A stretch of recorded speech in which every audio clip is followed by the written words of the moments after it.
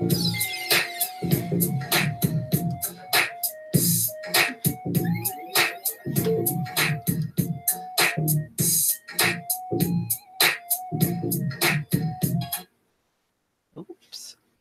All right, hold on.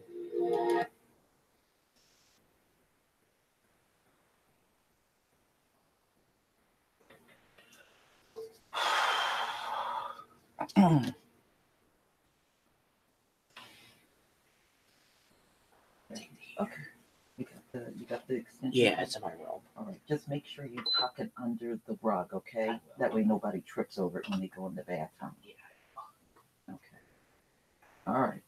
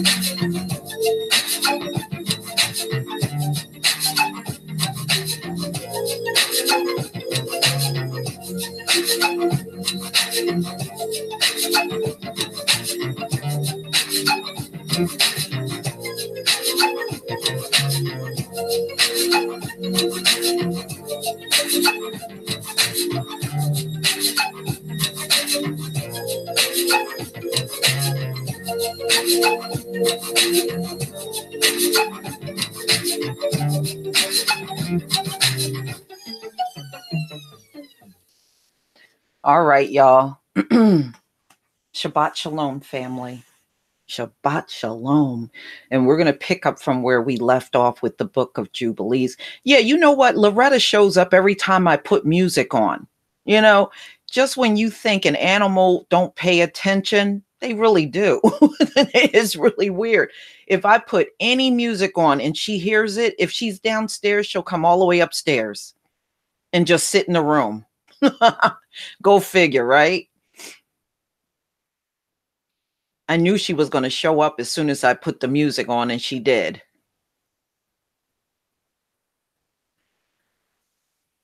Oh my goodness. Mhm. Yeah. Yeah, that's my girl. Well, anyway, it is so hilarious. Every time I go and look, the number of people looking at my wedding picture is going up. He said, my husband said, they probably gonna hate you even more as you put some additional pictures up. And he said, did anybody say anything? I said, no, they're not gonna say nothing. You know, it takes a righteous person in their right mind to admit they're wrong. These folks are not righteous at all. You know, they're not going to say anything. And I actually showed him a few of them. And he said, yeah, I think I get the picture. And he was laughing. He said, I think I understand what's going on here.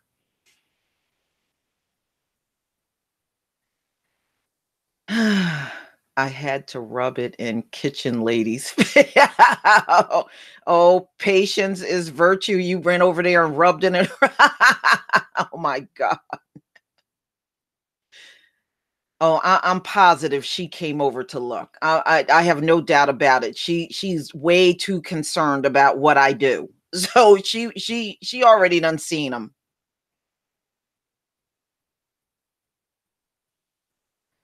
But I just thought that was funny. You know, when I went to sleep, there was probably 1,300 views. When I looked the last time, I think it's up to 3,400, and it's going to exceed that amount too. It's going past that amount.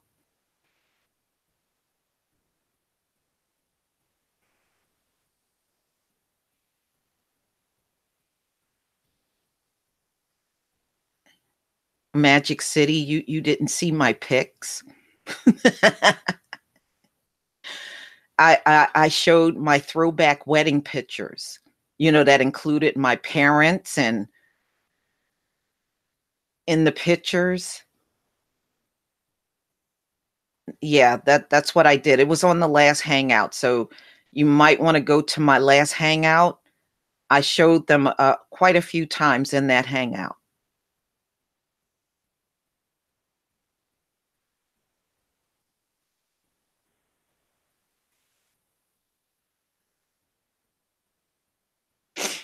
Yeah, ain't that something? I can't believe in 2019 somebody is washing freaking clothes in a tub. That is just, I mean, no washer or dryer or at least a laundromat. Oh my goodness, I couldn't do it. I couldn't do it.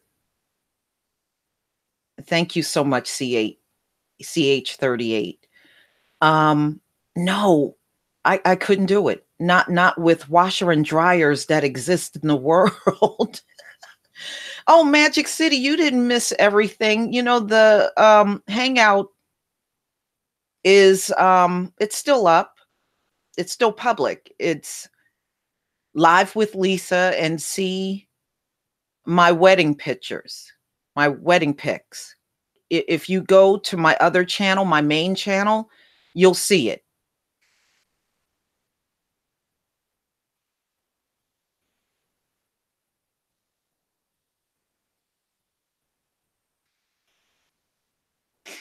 Yeah, a lot of people tell me that even now. They tell me I don't look my age.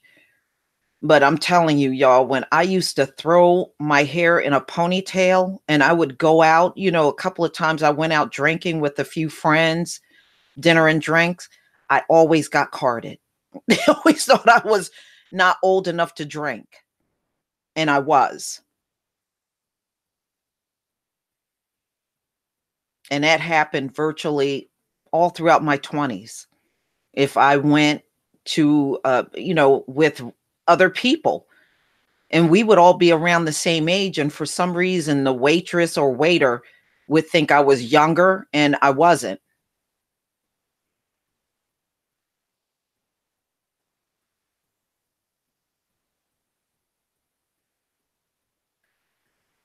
All right, y'all. We're going to finish up the book of Jubilees today. So, oh, wow. I'm still looking at, okay. Now, wait a minute. The Virginia governor first said he was in the racist photo. Now he is denying that he was in the racist photo, and he's refusing to resign. But to me, it really don't matter if it's him or not. He had it on that yearbook page. He still had it there, and his name is on that page.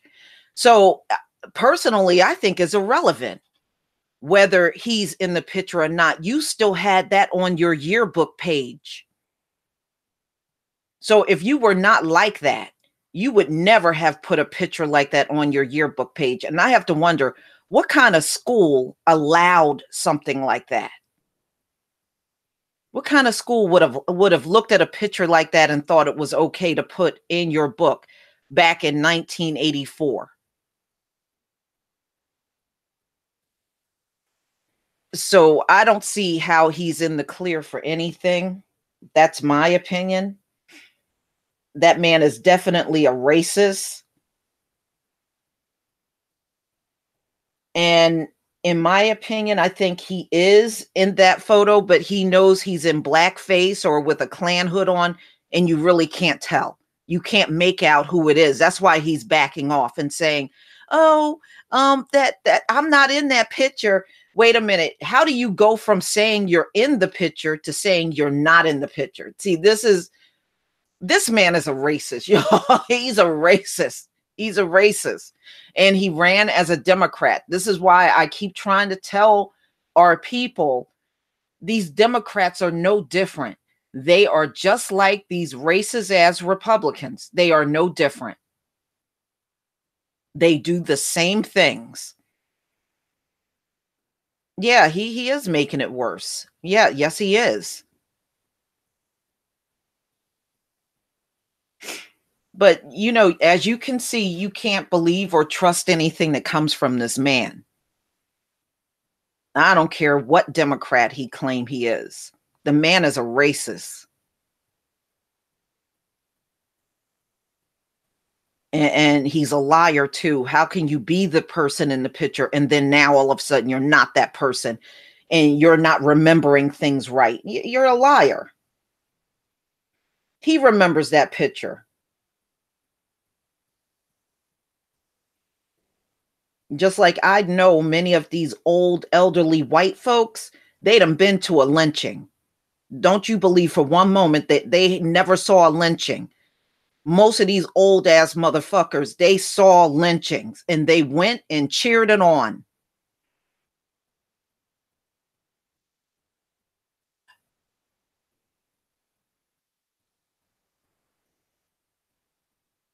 Okay.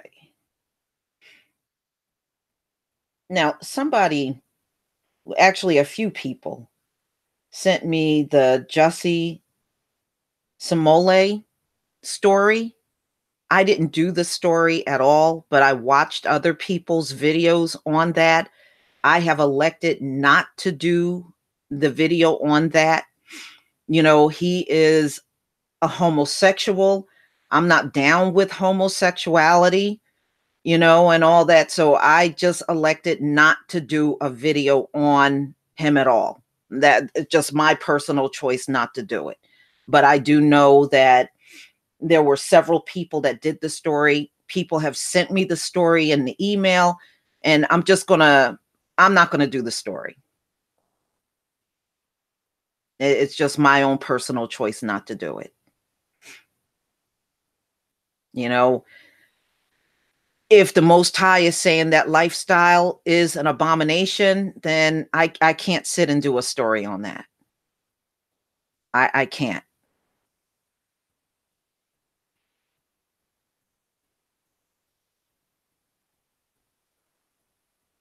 All right, y'all. Let me go ahead and share my screen.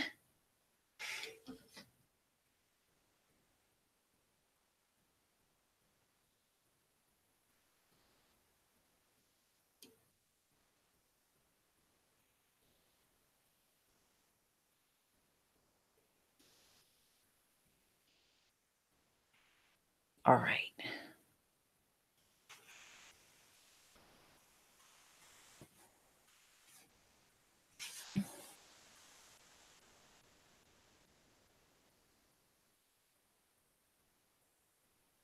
Yeah. All right. All right. Give me a 1 if you can see my screen. Just give me a 1.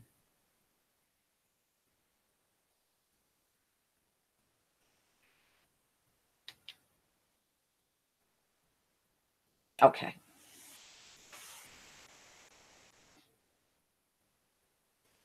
All right, let's go ahead and pick up from where we left off.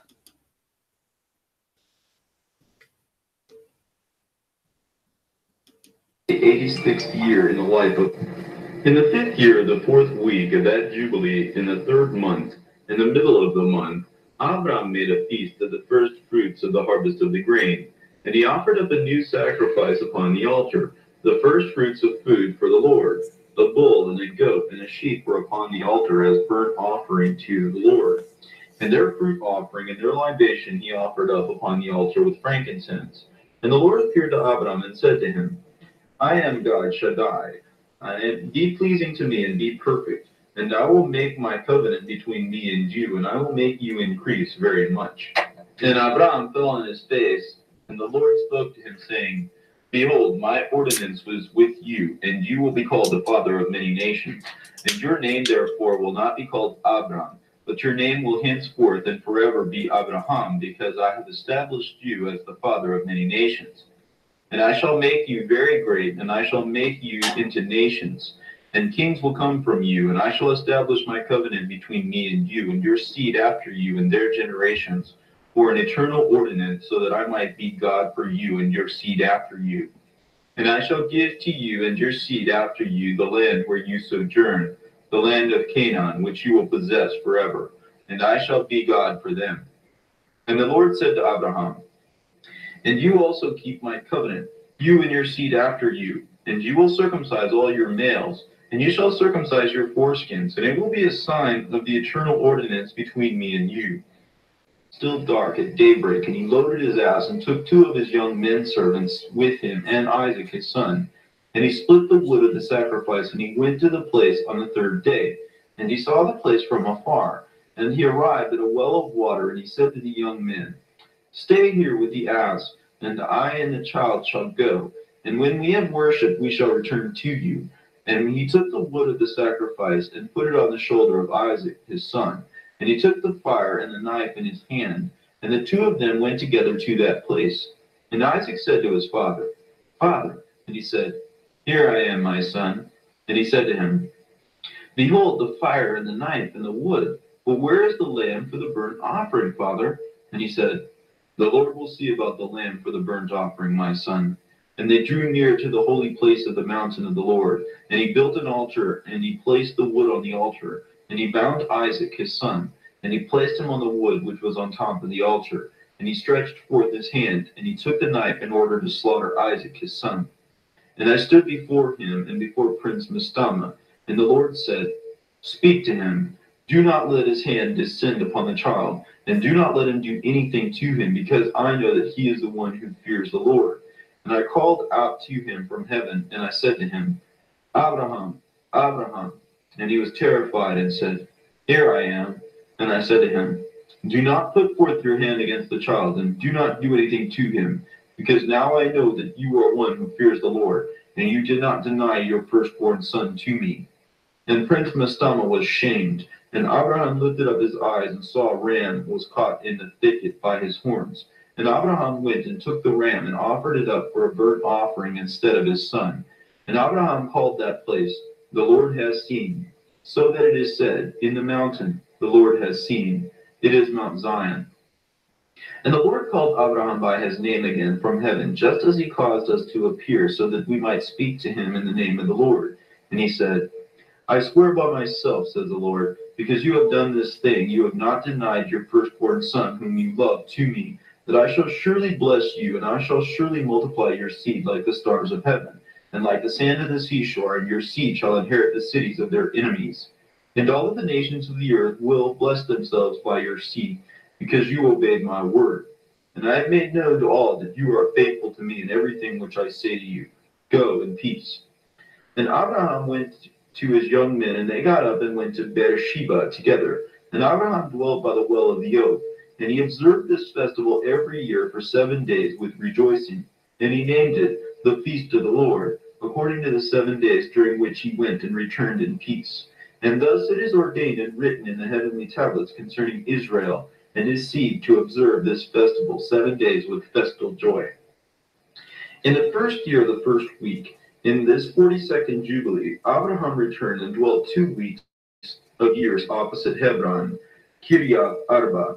And in the first year of the third week of this Jubilee, the days of Sarah's life were completed, and she died in Hebron. And Abraham went to weep for her and to bury her. And we were testing him whether he would exercise self-control. And he was not impatient with the words of his mouth, and he was found self-controlled in this also. And he was not filled with anxiety, because with the self-control of his spirit, he spoke with the sons of Heth, so that they might give him a place in which to bury his dead. And the Lord gave him favor in the presence of all who saw him. And he begged politely from the sons of Heth, and they sold him the land of the cave of Machpelah, which is opposite Mamre, i.e. Hebron, for 400 silver pieces. And they begged him, saying, let us give it to you free. But he did not take it from their control free, because he gave the price for the place in full silver. And he bowed down to them twice, and afterward he buried his dead in the cave of Machpelah. And all the days of the life of Sarah were 127. These are 2 jubilees and 4 weeks with 1 year. And these are the days of the life of Sarah. This is the 10th trial with which Abraham was tried, and he was found faithful, controlled of spirit, and he did not say a word concerning the rumor which was in the land that the Lord said he would give it to them and to his seed after him. But he begged a place there so that he might bury his dead, because he was found faithful and was recorded as a friend of the Lord in the heavenly tablets. And in the 4th year thereof, he took a wife for his son Isaac, and her name was Rebekah, daughter of Bethuel, the son of Nahor, Abraham's brother, the sister of Laban, and daughter of Bethuel. And Bethuel was the son of Milcah, who was the wife of Nahor, Abraham's brother. And Abraham took a 3rd wife, and her name was Keturah, from the daughters of his household, servants, because Hagar died before Sarah. And she bore 6 sons for him, Zimram, and Jokshan, and Medan, and Midian, and Ishbak, and Shua, in 2 weeks of years. And in the 6th week, and in the 2nd year, Rebekah bore 2 children for Isaac, Jacob and Esau. And Jacob was smooth and upright, but Esau was a fierce man and rustic and hairy. And Jacob used to dwell in the tents. And the youths grew up, and Jacob learned riding, but Esau did not learn, because he was a rustic man and a hunter, and he learned war, and all of the deeds were fierce. And Abraham loved Jacob, but Isaac loved Esau. And Abraham saw that the deeds of Esau, and he knew that in Jacob a name and a seed would be named for him. And he called Rebekah, and he commanded concerning Jacob, because he knew that she loved Jacob more than Esau. And he said to her, my daughter, guard my son Jacob, because he will be in place of me upon the earth for a blessing in the midst of the sons of men, and a glory to all the seed of Shem. Because I know that the Lord will choose him for himself, as a people who will rise up from all the nations which are upon the earth. And behold, Isaac my son loves Esau more than Jacob, But I see you as one who loves Jacob rightly. Be even better to him, and let your eyes be lovingly upon him, because he will be for us a blessing upon the earth, henceforth and for all generations of the earth. Let your hands be strong, and your heart rejoice in your son Jacob, because I love him more than all of my sons. He will be blessed forever, and his seed will be one which fills all of the earth. If a man is able to count the sand of the earth, then his seed will be counted. And all of the blessings which the Lord blessed me, and my seed will be with for Jacob and his seed always. And in his seed my name will be blessed, and the names of my fathers Shem and Noah and Enoch, and Mahalalel and Enos and Seth and Adam. And they will serve to establish heaven and to strengthen the earth and to renew all of the lights which are above the firmament. And he called to Jacob in the sight of Rebekah his mother, and he kissed him and blessed him and said, Jacob, my beloved son, whom my soul loves, may God from above the firmament bless, and may he give you all of the blessings with which he blessed Adam and Enoch and Noah and Shem, and everything which he told me, and everything which he said that he would give me, may he cause to cleave to you and to your seed forever, according to the days of heaven above the earth. And may the spirit of Mastema not rule over you or over your seed in order to remove you from following the Lord, who is your God henceforth and forever. And may the Lord God be for you and for the people a father always, and may you be a firstborn son. Go, my son, in peace. And two of them went out together from Abraham. And Rebekah loved Jacob with all of her heart and all of her soul much more than Esau, but Isaac loved Esau more than Jacob. And in the 42nd Jubilee, in the first year on the 7th week, Abraham called Ishmael and his 12 children, and Isaac and his 2 children, and Keturah's 6 children and their sons. And he commanded them that they should guard the way of the Lord, so that they might do righteousness, and each one might love his neighbor. And that it should be thus among all men, so that each one might proceed to act justly and to act rightly toward them upon the earth. And that they should circumcise their sons in the covenant which he made with them, and that they should not cross over either to the right or the left from all the ways which the Lord commanded us, and that we should keep ourselves from all fornication and pollution, and that we should set aside from among us all fornication and pollution. And when any woman or girl fornicates among you, you will burn her with fire. And let them not fornicate with her after their eyes and hearts, and let them not take wives from the girls of Canaan, because the seed of Canaan will be rooted out of the land. And he told them the judgment of the giants and the judgments of the Sodomites, just as they had been judged on account of their evil, and on account of their fornication and impurity, and the corruption among themselves with fornication they died. And you guard yourself from all fornication and impurity, and from all corruption of sin, so that you might not make our name a curse, and all your life a hissing, and all your sons a destruction by the sword, and you will be cursed by like Sodom, and all your remnant like the sons of Gomorrah. I exhort you, my sons, love the God of heaven, and be joined to all of his commands, and do not go after their idols and after their defilement, and do not make gods of molten or carved images for yourselves, because it is vain and they have no spirit, because they are the work of hands, and all those who trust in them trust in nothing. Do not worship them and do not bow down to them, but worship the Most High God and bow down to him continually, and hope for his countenance always, and do what is upright and righteous before him, so that he might be pleased with you, and grant you his mercy, and bring down rain for you morning and evening, and bless all your works which you have made on the earth, and bless your food and your water, and bless the fruit of your womb, and the fruit of your land, and the herds of your cattle, and the flocks of your sheep. And you will become a blessing upon the earth, and all of the nations of the earth will desire you, and they will bless your sons in my name, so that they might be blessed just as I am. And he gave gifts to Ishmael and to his sons, and to the sons of Keturah, and to sent them away from Isaac his son.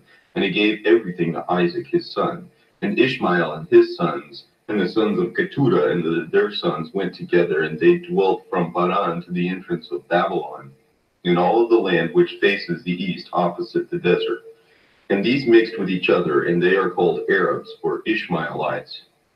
And in the 6th year of the 7th week of this Jubilee, Abraham called Isaac his son, and he commanded him, saying, I am old, and I do not know the day of my death, and I am filled with my days. Behold, I am 175 years old, and throughout all the days of my life I have been remembering the Lord, and sought with all my heart to do his will, and to walk uprightly in all his ways.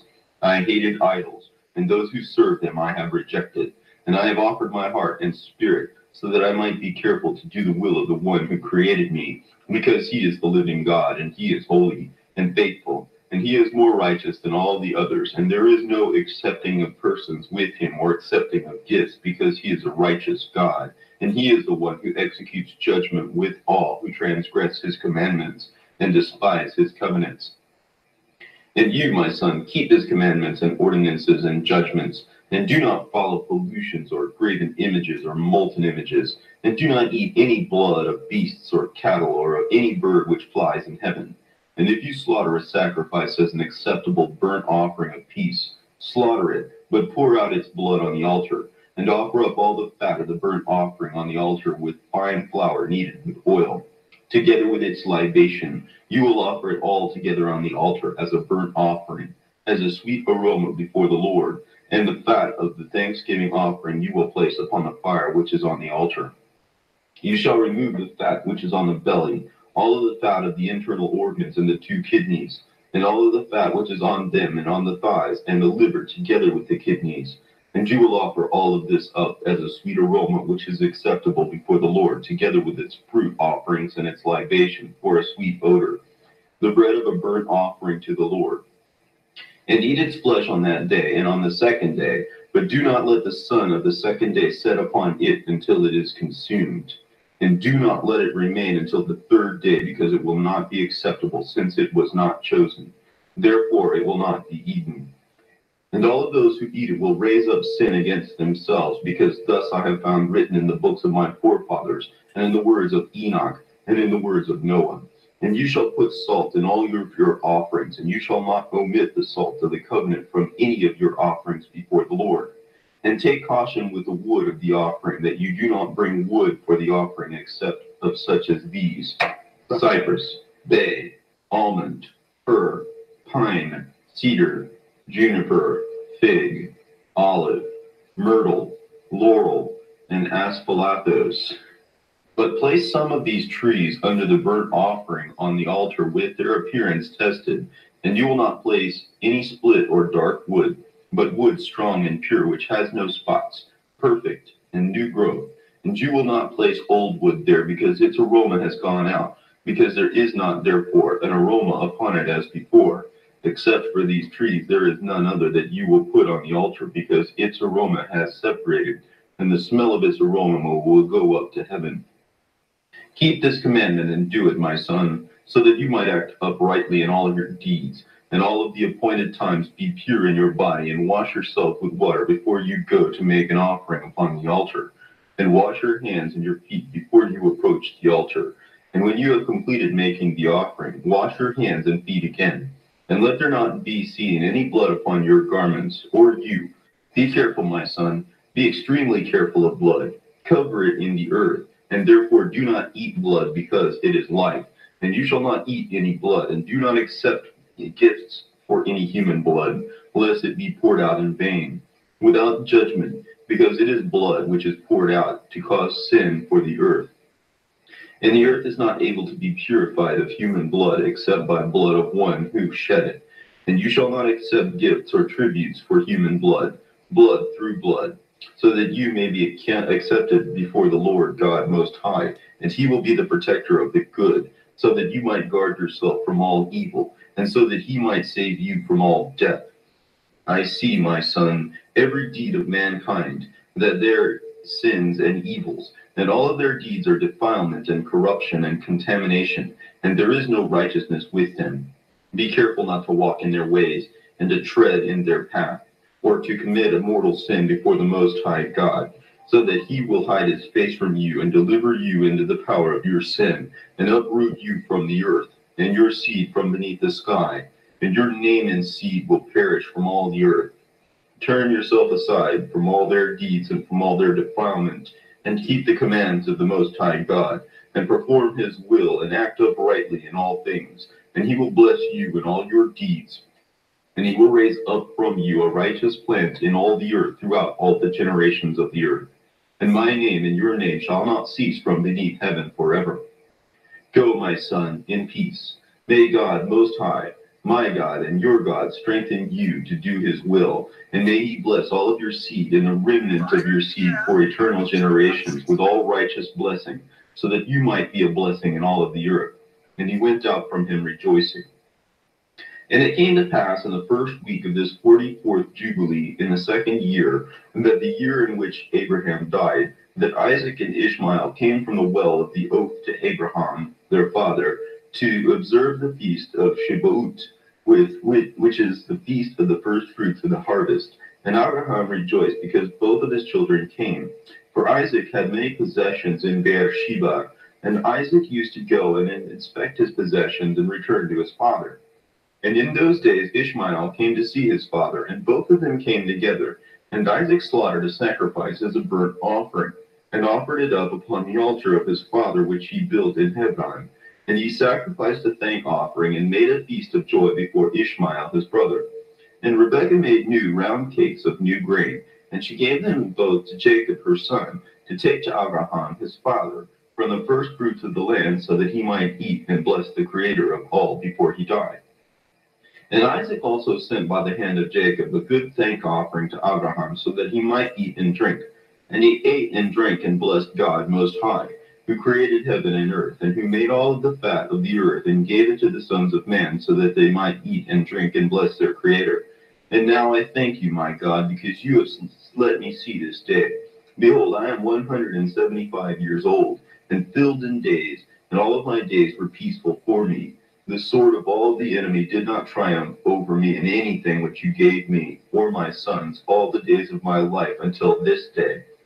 O my God, may your mercy and your peace be upon your servant and upon the seed of his son, so that they might become an elect people for you, and an inheritance from all the nations of the earth from henceforth, and for all the days of the generations of the earth forever. And he called Jacob and said, My son, Jacob, may the God of all bless you and strengthen you to do righteousness and his will before him. And may he elect you and your seed so that you might become a people for him, who always belong to his inheritance according to his will. And you, my son Jacob, draw near and kiss me. And he drew near and kissed him, and he said, Blessed is my son Jacob and all his sons unto the Lord Most High forever.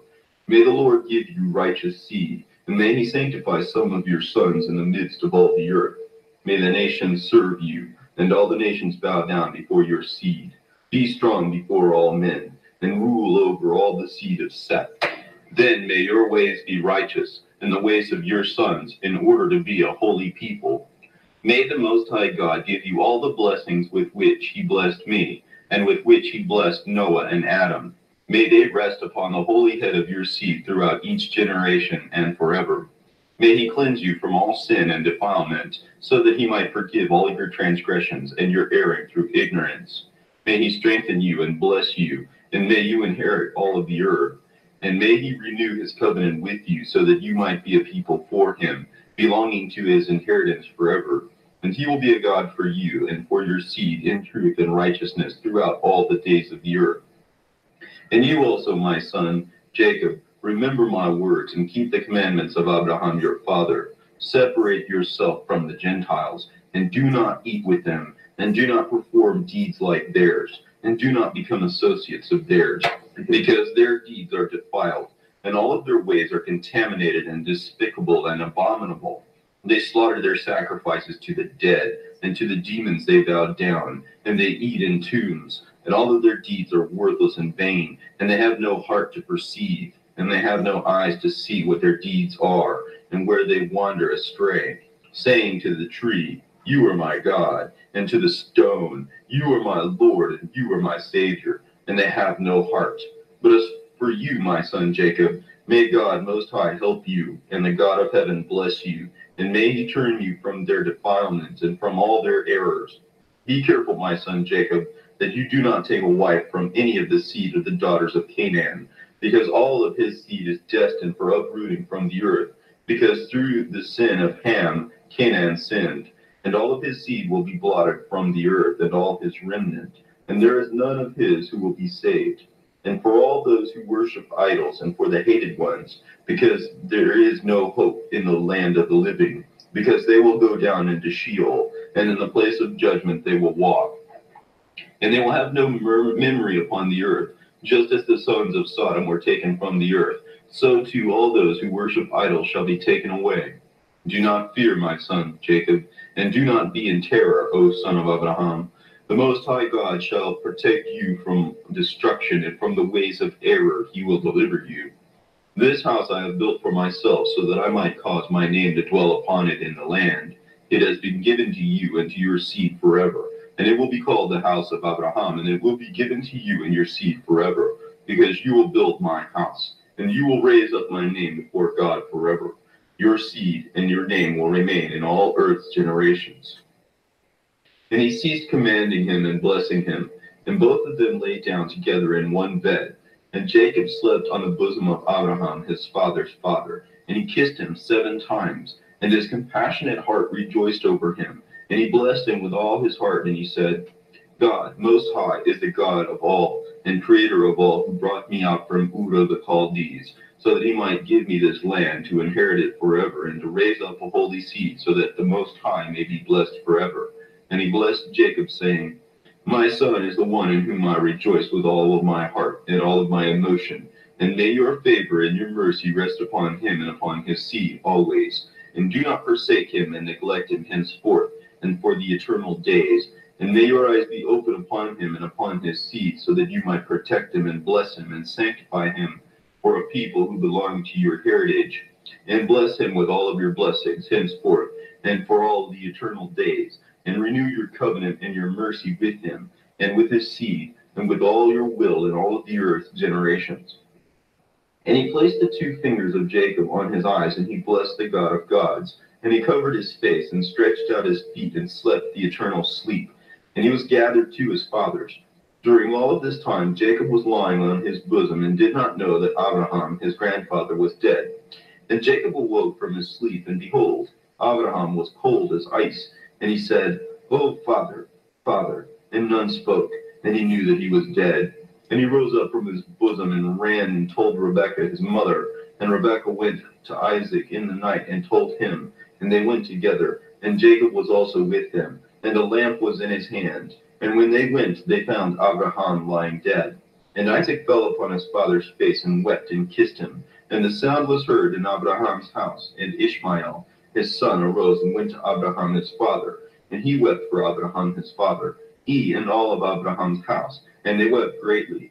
And his sons Isaac and Ishmael buried him in the cave of Machpelah near Sarah his wife.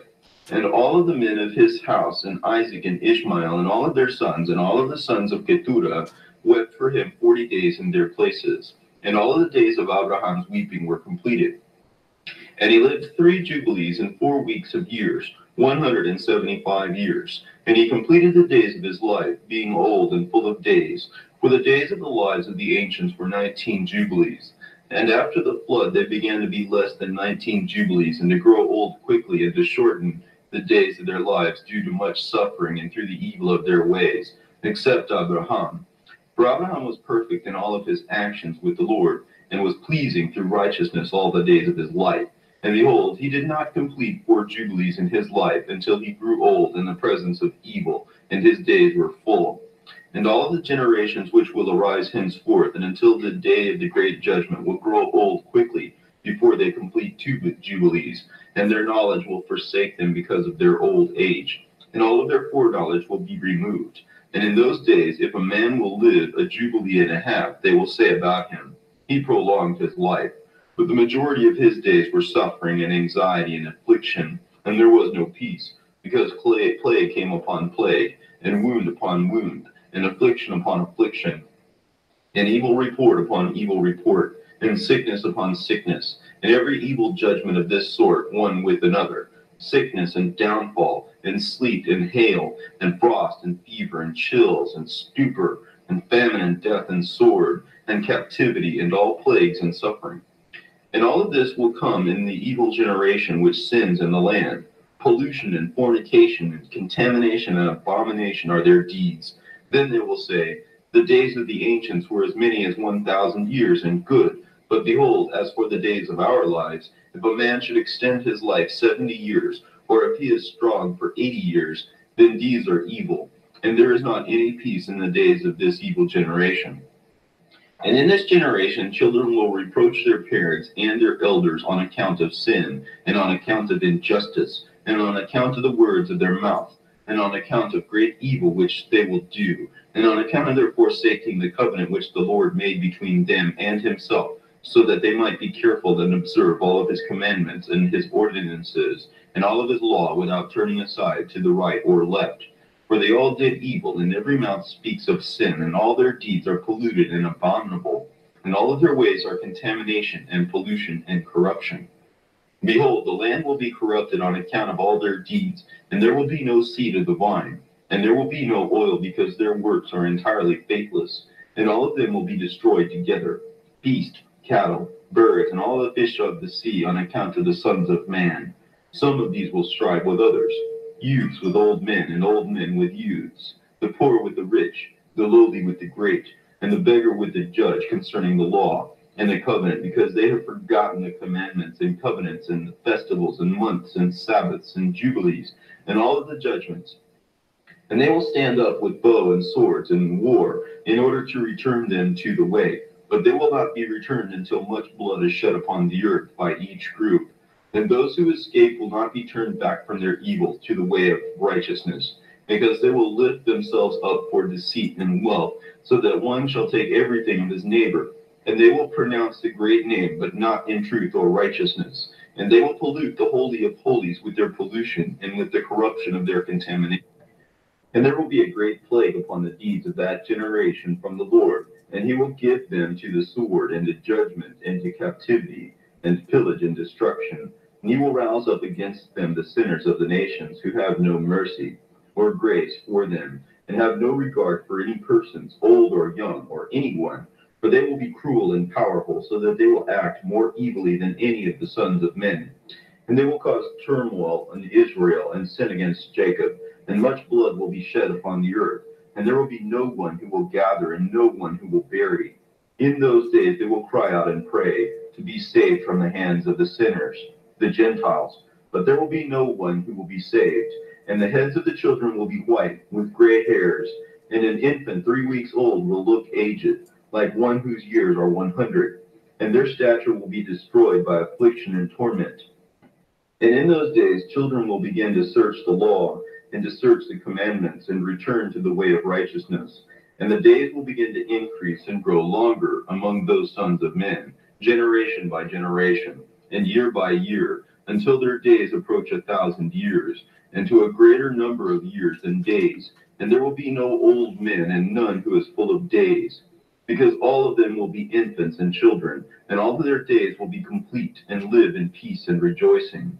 And there will be no Satan and no evil one who will destroy, because all of their days will be days of blessing and healing. And then the Lord will heal his servants, and they will rise up to see great peace, and they will drive out their enemies. And the righteous ones will see and give praise, and rejoice forever and ever with joy. And they will see all of their judgments and all of their curses among their enemies, and their bones will rest in the earth, and their spirits will increase in joy. And they will know that the Lord is an executor of judgment, but he will show mercy to hundreds and thousands, to all who love him. And you, Moses, write these words, because thus it is written and set upon the heavenly tablets as a testimony for eternal generations. And it happened after the death of Abraham that the Lord blessed Isaac his son. And he rose from Hebron and went to the well of the vision in the first year of the 3rd week of this Jubilee, and he lived there 7 years. And in the first year of the 4th week, a famine began in the land, other than the first famine which occurred in the days of Abraham. And Jacob was cooking lentil soup, and Esau came in from the field hungry. And he said to Jacob his brother, "Give me some of this reddish-colored soup." And Jacob said to him, "Hand me over your primogeniture, the right of the firstborn, and I will give you bread and some of this lentil soup." And Esau thought, "I will die. Of what use is this right of firstborn to me?" And he said to Jacob, "I give it to you." And Jacob said, "Swear to me today." And he swore to him, And Jacob gave his brother Esau bread and soup, and he ate until he was satisfied. And Esau despised his right of firstborn. Therefore Esau's name was called Edom, on account of the reddish-colored soup which Jacob gave him for his right of firstborn. And Jacob became the older one, but Esau was lowered from his seniority. And there was a famine upon the earth. And Isaac started to go down to Egypt in the second year of this week, and he went to the Philistine king at Gerar, to Abimelech. And the Lord appeared to him and said to him, Do not go down to Egypt. Dwell in the land where I shall tell you, and sojourn in that land. And I will be with you and bless you, because I will give all of this land to you and to your seed. And I will carry out my oath which I swore to Abraham your father. And I will multiply your seed as the stars of the sky. And I will give you your seed all this land. And all the nations of the earth will bless themselves by your seed, because your father obeyed me and observed my restrictions and my commandments and my laws and my ordinances and my covenant. And now obey my voice and dwell in this land. And he dwelt at Gerar 3 weeks of years. And Abimelech gave orders concerning him and everything which was his, saying, Any man who touches him or anything which is his, let him surely die. And Jacob grew prosperous among the Philistines and had many possessions, oxen and sheep and camels and asses and much property. And he sowed in the land of the Philistines, and he raised grain 100-fold. And Isaac became very wealthy, and the Philistines became jealous of him. And all of the wells which the servants of Abraham dug during Abraham's lifetime, the Philistines stopped up and filled them with dirt after Abraham's death. And Abimelech said to Isaac, Go away from us, because you are much greater than we. And Isaac went away from there in the first year of the 7th week. And he sojourned in the valleys of Gerar. And they dug again the wells of water which the servants of Abraham his father had dug. And the Philistines stopped him up after the death of Abraham his father. And he named them just as his father Abraham had named them. And the servants of Isaac dug wells in the valley, and they found running water. And the shepherds of Gerar became angry with the shepherds of Jacob, saying, The water is ours. And Jacob named that well Harshness, because they had been harsh with us. And they dug another well, so that they also contended about it. And he named it Hostility. And he rose from there, and they dug another well. But they were not angered about that, and he called it Bread.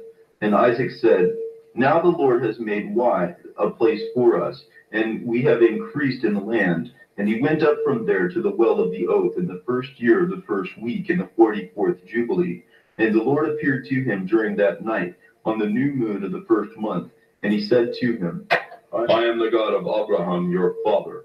Do not fear, because I am with you, and I shall bless you. And I shall surely multiply your seed like the sand of the earth, because of Abraham my servant. And he built an altar there where Abraham his father had built it first, and called upon the name of the Lord. And he offered a sacrifice to the God of Abraham his father. And they dug a well and found running water. But the servants of Isaac dug another well and did not find water. And they went and told Isaac that they did not find water. And Isaac said, I have sworn an oath on this day to the Philistines, and this thing has happened to us. And he named that place the well of the oath, because he swore an oath there to Abimelech, and to Ahuzat his friend, and to Phicol the commander of his army. And Isaac knew on that day that under pressure, but he swore an oath to them and made peace with them. And Isaac cursed the Philistines on that day, and he said, Cursed be the Philistines for the day of wrath and anger from among all the nations. May the Lord make them as scorn and a curse, and the object of wrath and anger at the hands of the sinners and the nations, and the hands of the Kittim. And whoever escapes from the sword of the enemy and from the Kittim, may the righteous people uproot them from beneath the sky with judgment, because they will be enemies and foes to my sons and their generations upon the earth. And no remnant will be left to them, nor one who escapes on the day of the wrath of judgment, because all of the Philistine seed is destined for destruction and uprooting and removal from the earth. And therefore there will not be any name or seed which remains upon the earth for any of the Captorim, because if they go up to heaven, from there they will fall. And if they are set firm in the earth, from there they will be torn out. And if they are hidden among the nations, from there they will be uprooted. And if they go down to Sheol, even there their judgment will multiply. and also there will be no peace for them there. And if they go into captivity by the house of those who seek their life, they will kill them along the way. And neither name nor seed will be left for them in all the earth, because they shall walk in an eternal curse. And thus it is written and engraved concerning him in the heavenly tablets to be done to him in the day of judgment, so that they might be uprooted from the earth. In the second year of this week, in this Jubilee, Rebekah called Jacob her son, and spoke to him, saying, My son, do not take for yourself a wife from the daughters of Canaan, as did Esau your brother, who took for himself 2 wives from the daughters of Canaan. And they have embittered my soul with all their impure deeds, because all of their deeds are fornication and lust. And there is not any righteousness with them, because their deeds are evil. And I love you very much, my son, and my heart and affection bless you at every hour of the day and every watch of the night. And now, my son, heed my voice and do the will of your mother, and do not take for yourself a wife from the daughters of this land, but from my father's house and my father's kin. You will take for yourself a wife from my father's house. And the Most High God will bless you, and your children will be a righteous generation and a holy seed. And then Jacob spoke with Rebekah his mother, and he said to her, Behold, O mother, I am 9 weeks of years old, and I have not known or touched or been betrothed to any woman, nor have I been thinking about taking for myself a wife from the daughters of Canaan, because I recall, O mother, the words of Abraham our father, for he commanded me that I should not take a wife from the daughters of Canaan, because I should take a wife for myself from the seed of my father's house, and from my own kin. I heard some time ago that daughters had been born to your brother Laban, and I have set my heart upon them that I might take a wife from among them. And therefore I have guarded myself in my soul, lest I sin or be corrupted in any of my ways all the days of my life, because my father Abraham gave me many commands regarding lust and fornication. In spite of everything which he commanded me for these 22 years, my brother has contended with me, and he frequently spoke with me and said, My brother, take as a wife one of the sisters of my 2 wives. But I did not desire to do as he had done. I swear, O mother, before you all the days of my life, that I will not take for myself a wife from the daughters of the seed of Canaan, and I will not act wickedly as my brother has done. Do not fear, O mother. Trust that I will do your will, and I will walk uprightly, and will never corrupt my ways. And then she lifted her face toward heaven, and spread out the fingers of her hands, and opened her mouth, and blessed the Most High God, who created heaven and earth. And she gave to him glory and praise, and she said, May the Lord God be blessed, and may his holy name be blessed forever and ever.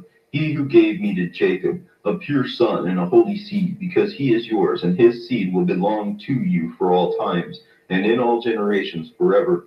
O Lord, bless him, and place in my mouth a righteous blessing, so that I might bless him. And at that time, when a spirit of truth descended upon her mouth, she placed her 2 hands upon the head of Jacob and said, Blessed are you, O Lord of righteousness and God of ages, and may he bless you more than all the generations of man. May he grant to you the way of righteousness, my son, and to your seed may he reveal righteousness. May he multiply your sons in your lifetime.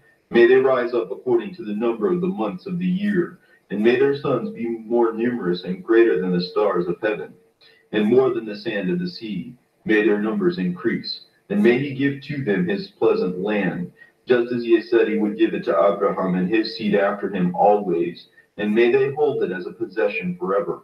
And may I see, O my son, that you shall have blessed sons in my lifetime, and a blessed and holy seed may all your seed be. And just as you have given rest to your mother's soul in her lifetime, the womb of the one who bore you likewise blesses you. My affliction and my breasts are blessing you, and my mouth and my tongue are praising you greatly. Increase and overflow in the land, and may your seed be perfected in every age in the joy of heaven and earth. And may your seed be glad, and on the great day of peace may it have peace. May your name and your seed stand for all ages, and may God Most High be their God. And may the God of righteousness dwell with them. Then with them may be his sanctuary built for all ages. The one who blesses you will be blessed, and all flesh which curses you falsely will be cursed. And she kissed him and said to him, May the Lord of the world love you, just as the heart and affection of your mother rejoices in you and blesses you. And she stopped blessing him. And in the 7th year of this week, Isaac called Esau, his elder son, and said to him, My son, I am old, and behold, my eyes are too dim to see, and I do not know the day of my death. And now take your hunting gear, your quiver, and your bow, and go out into the field and hunt for me, and catch something for me, my son, and prepare for me food, such as my soul desires, and fetch it to me, so that I might eat with and my soul might bless you before I die. Now Rebekah was listening as Isaac spoke to Esau. And Esau went out early into the field so that he might snare and take something and bring it to his father. And Rebekah called Jacob her son and said to him, Behold, I heard Isaac your father speaking with Esau your brother, saying, Snare something for me and prepare food for me and bring it to me, and I will eat and bless you before the Lord before I die. And now listen, my son, to my words which I command you. Go to your flock and take for me 2 good goat kids, and I will prepare them as food for your father, just as he desires. And you shall take it in to your father, and he will eat and bless you before the Lord before he dies, and you shall be blessed. And Jacob said to Rebekah his mother, O mother, I will not refuse anything which my father would eat and which would please him. But I am afraid, my mother, lest he recognize my voice and wish to touch me. And you know that I am smooth, and Esau my brother is hairy. And I shall become in his sight like one who acts wickedly, and I shall be doing a deed which he did not command me to do. And he will be angry with me, and I shall bring upon myself a curse and not a blessing. And Rebekah his mother said to him, Upon me let your curse be, my son, but obey me. And Jacob obeyed Rebekah his mother, and he went and took 2 good and fat goat kids, and he brought them to his mother. And his mother prepared them just as he liked.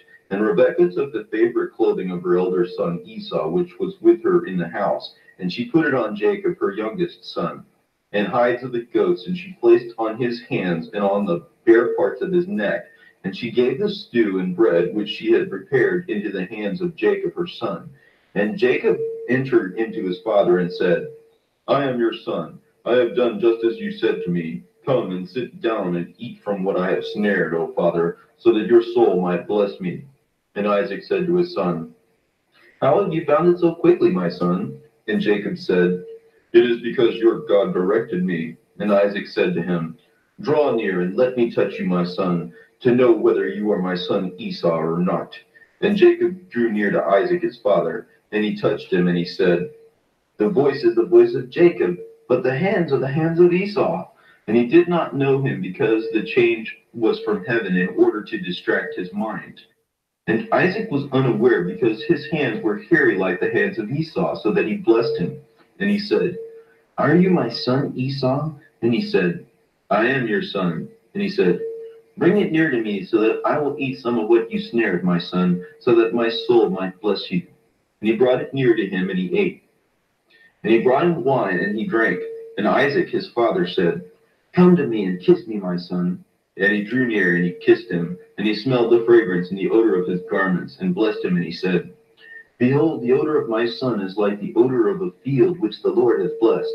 May the Lord give and multiply to you from the dew of heaven and from the dew of earth, an abundance of wheat and oil may be multiplied for you. May nations serve you, and the people bow down to you. And become a lord to your brothers, and may your mother's sons bow down to you. And may all of the blessings with which the Lord blessed me and blessed Abraham my father belong to you and to your seed forever. May the one who curses you be cursed, and the one who blesses you be blessed. And it came to pass, after Isaac ceased blessing his son Jacob, and after Jacob went out from Isaac his father, that he hid himself. And Esau his brother arrived from his hunting. And he also prepared food and brought it to his father, and said to his father, Let my father arise and eat from what I have snared, so that your soul may bless me. And Isaac his father said to him, Who are you? And he said to him, I am your firstborn, Esau your son. I have done as you have commanded me. And Isaac was greatly astonished, and he said, Who is this who hunted and snared game and brought it to me? And I ate from all of it before you came, and I blessed him. And he and all his seed will be blessed forever. And it came to pass when Esau heard the words of his father Isaac, that he cried out with a very loud and bitter voice, and said to his father, Bless me also, O father. And he said to him, Your brother came fraudulently and took your blessings. And he said, Now I know why his name was called Jacob. Behold, he has defrauded me twice. He has taken my right of firstborn, and now he has taken my blessing. And he said, Have you not retained a blessing for me, father? And Isaac answered and said to Esau, Behold, I have set him up as lord over you, and all his brothers I have given to him, so that you might be servants to him. And with abundance of wheat and wine and oil I have strengthened him. But for you, what shall I now establish, my son? And Esau said to Isaac his father, Is there only one blessing of yours, father? Bless me also, father. And Esau raised his voice and wept.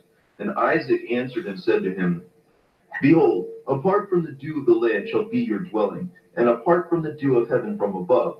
And by your sword you shall live, and you will serve your brother. And it will happen when you become great, and you will remove his yoke from your neck.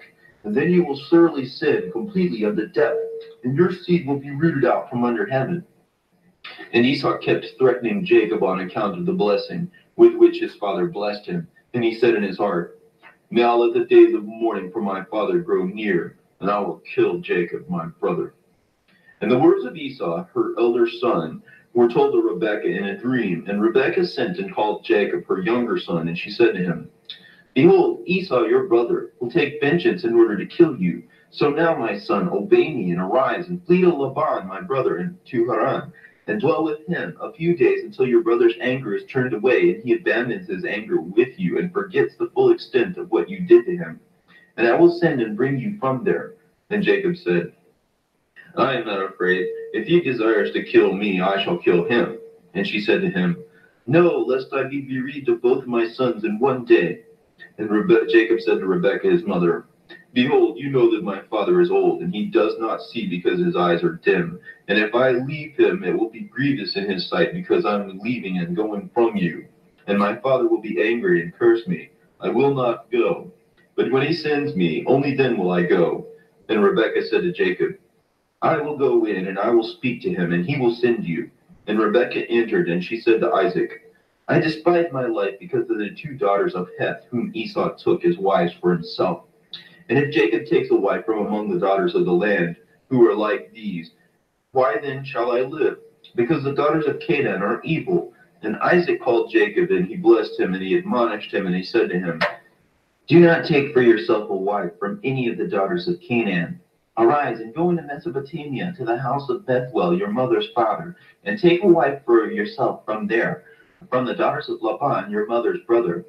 And may God Almighty bless and increase and multiply you, and become a company of nations. And may he grant the blessings of my father Abraham to you and to your seed after you, so that you will inherit the land of your sojournings, and of all the land which the Lord gave to Abraham. Go, my son, in peace. And Isaac sent Jacob, and he went to Mesopotamia, to Laban, the son of Bethuel, the Syrian, the brother of Rebekah, the mother of Jacob. And it came to pass after Jacob arose to travel to Mesopotamia, that the spirit of Rebekah grieved after her son, and she wept. And Isaac said to Rebekah, My sister, do not weep on account of Jacob, my son, because in peace he will journey, and in peace he will return. God Most High will protect him from all evil, and he will be with him, because he will not forsake him all of his days. And I know that he will make his ways prosper everywhere until he returns to us in peace, and we will see him in peace. Do not fear on his account, my sister, because he is upright in his way, and he is a perfect man, and he is faithful, and he will not perish. Do not weep. And Isaac comforted Rebekah on account of Jacob her son, and he blessed him. And Jacob went forth from the well of the oath in order to travel to Haran in the first year of the second week of the 44th Jubilee. And he arrived at Luz, which is in the mountains, Bethel, on the first day of the first month of this week. And he reached the place when it was evening, and he turned aside from the way towards the west of the public road on that night. And he slept there because the sun had set. And he took one of the stones of that place, and he placed it at his head beneath a tree. And he was traveling alone, and he slept. And he dreamed on that night, and behold, the staircase was set up upon the earth, and its head touched heaven. And behold, angels of the Lord were going up and down upon it. And behold, the Lord was standing upon it. And he spoke with Jacob, and he said, I am the Lord, the God of Abraham your father, and the God of Isaac. The land upon which you are sleeping I will give to you and to your seed after you, and your seed shall be like the sand of the earth, and you shall increase in the west, and the east, and north, and south. And all of the peoples of the nations will be blessed in you and in your seed. And behold, I shall be with you, and I shall protect you everywhere you go. And I shall bring you back into this land in peace, because I shall not forsake you until I do everything which I have said to you. And Jacob awoke from his sleep, and he said, Truly this place is the house of the Lord, and I did not know it. And he was afraid and said, Dreadful is this place, which is none other than the house of God, and this is the gate of heaven. And rising early in the morning, Jacob took the stone which he had placed at his head, and he set it up as a pillar for a sign. And he poured out oil on top of it, and he named that place Bethel. But formerly the name of that area was Luz. And Jacob vowed a vow to the Lord, saying, If the Lord will be with me and protect me in this way in which I am traveling, and if he will give me bread to eat and clothing to put on, and I return to the house of my father in peace, then the Lord will be my God, and this stone which I have set up as a pillar for a sign in this place shall be the house of the Lord, and everything which you have given me I will tithe to you, my God. And he traveled to the land of the east, to Laban, Rebekah's brother, and he was with him and served him for Rachel, his daughter, 1 week. And in the first year of the 3rd week he said to him, Give me my wife for whom I have served you 7 years. And Laban said to Jacob, I will give you your wife. And Laban prepared a banquet, and he took Leah, his elder daughter, and he gave her to Jacob as a wife. And he gave to her Zilpah, his handmaid, and as an attendant. But Jacob did not know it, because Jacob assumed that she was Rachel. And he entered into her, and behold, she was Leah. And Jacob was angry with Laban, and he said to him, Why have you treated me thus? Was it not for Rachel that I served you, and not for Leah? Why have you offended me? Take your daughter, and I will go, because you have done evil against me. For Jacob loved Rachel more than Leah, because the eyes of Leah were weak, but her appearance was very beautiful. And Rachel had good eyes and good appearance, and she was very beautiful. And Laban said to Jacob, It does not happen thus in our land, to give the younger woman before the elder. And it is not right to do this, because thus it is ordained and written in the heavenly tablets, that no one should give his younger daughter before the elder, because he should first give the elder, and after her the younger. And they will write it down as sin in heaven concerning the man who acts thus. And no one who does this thing will be righteous, because this deed is evil before the Lord. And you command the children of Israel so that they will not do this thing. Let the younger woman be taken or given without the elder one being first given, because that is very evil. And Laban said to Jacob, Let the 7 days of banquet for this woman continue, and then I will give you Rachel, so that you might serve me another 7 years and pasture my sheep, just as you did in the previous week. And on the day when the 7 days of leave banquet passed, Laban gave Rachel to Jacob, so that he might serve him another 7 years. And so he gave to Rachel Bilhah, the sister of Zilpah, as an attendant. And he served 7 years more on account of Rachel, because Leah had been given to him as gratis. And the Lord opened the womb of Leah, and she conceived, and she bore a son to Jacob. And he called him Reuben, on the 14th of the 9th month, in the first year of the 3rd week. But the womb of Rachel was closed, because the Lord saw that Leah was hated, but Rachel was loved.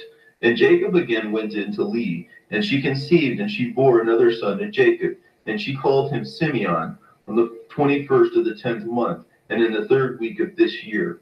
And Jacob went again into Leah, and she conceived and bore a 3rd son to him. And he called him Levi, on the 1st day of the 1st month. In the 6th year of this week, again, Jacob went into her, and she conceived, and she bore the 4th son to him. And he called him Judah, on the 15th of the 3rd month, in the 1st year of the 4th week. And in all of this, Rachel was jealous of Leah, since she was not giving birth. And so she said to Jacob, Give me sons. And Jacob had said, I have withheld from you the fruit of your womb. Have I forsaken you? And when Rachel saw that Leah had borne 4 sons to Jacob, Reuben and Simeon and Levi and Judah, she said to him, Go into Bilhah, my maid, and she will conceive and bear a son for me. And she gave Bilhah, her maid, to him, so that she might be his wife. And he went into her, and she conceived, and she bore a son to him. And he called him Dan, on the 9th day of the 6th month, in the 6th year of the 3rd week. And Jacob went into Beulah again a second time, and she conceived and bore another son to Jacob. And Rachel called him Naphtali on the 5th of the 7th month, in the 2nd year of the 4th week. And when Leah saw that she was sterile and was not bearing children, she took and also gave Zilpah her attendant to Jacob as a wife. And she conceived and bore a son to him, and Leah called him Gad on the 12th of the 8th month, in the 3rd year of the 4th week. And he went into her again, and she conceived and bore another son to him, and Leah called him Asher on the 2nd of the 11th month, in the 5th year of the 4th week. And Jacob went into Leah, and she conceived and bore a son, and she called him Issachar on the 4th day of the 5th month, in the 4th year of the 4th week. And she gave him to a nurse. And Jacob went into her again, and she bore twins, a boy and a girl. And she called the boy Zebulun, and the girl's name was Dinah. In the 7th day of the 7th month, in the 6th year of the 4th week. And the Lord had mercy upon Rachel, and opened her womb. And she conceived and bore a son, and called him Joseph, on the 1st of the 4th month of the 6th year of that 4th week. And at the time when Joseph was born, Jacob said to Laban, "Give me my wives and my children, and let me go to my father Isaac, and let me make a house for myself, because I have completed the years which I served for your 2 daughters. And I will travel to my father's house." And Laban said to Jacob, "Remain with me for your wages, and pasture my flock for me again, and accept your wages." And they agreed with one another that they would give him as his wages each of the lambs and kids which were born, and on which were black or spots or white, and it would be his wages. And all of the sheep bore spotted lambs, and ones which had variegated markings, and ones which had various shades of black. And the sheep bore again lambs which looked like themselves, and all of which had markings belonging to Jacob, and those which had no marking belonged to Laban. And the possessions of Jacob multiplied greatly, and he acquired oxen and sheep and asses and camels and the male and female servants. And Laban and his sons were jealous of Jacob. And Laban collected his sheep from him, and kept watch on him with evil intent. And it came to pass, after Rachel bore Joseph, that Laban went to shear his sheep, because they were the distance of a 3 days' journey from him. And Jacob saw that Laban was going to shear his sheep. And Jacob called Leah and Rachel, and spoke intimately with them, so that they might go with him to the land of Canaan. For he told them everything as he had seen it in the dream, and everything which he told him, that he would return to the house of his father. And they said, "We will go with you anywhere you go." And Jacob blessed the God of Isaac his father, and the God of Abraham his father's father. And he arose and loaded up his wives and children, and took all of his possessions, and crossed over the river, and arrived at the land of Gilead. But Jacob concealed his intention from Laban, and did not tell him. And in the 7th year of the 4th week, Jacob returned to Gilead in the 1st month, on the 21st day of the month. And Laban pursued him, and he found Jacob in the mountain of Gilead in the 3rd month, on the 13th day. But the Lord did not permit him to deal cruelly with Jacob, because he appeared to him in a dream at night. And Laban spoke to Jacob. And on the 15th of those days, Jacob prepared a banquet for Laban, and for all who came with him. And Jacob swore to Laban on that day. And Laban also swore to Jacob that no one would cross over the mountain of Gilead against the other, which with evil intent. And they made there a heap for a witness. Therefore that place is called the heap of witness, after this heap. But formerly the land of Gilead was called the land of Rephaim, because it was formerly the land of Rephaim. And the Rephaim were born as giants, whose height was 10 cubits, 9 cubits, 8 cubits, or down to 7 cubits.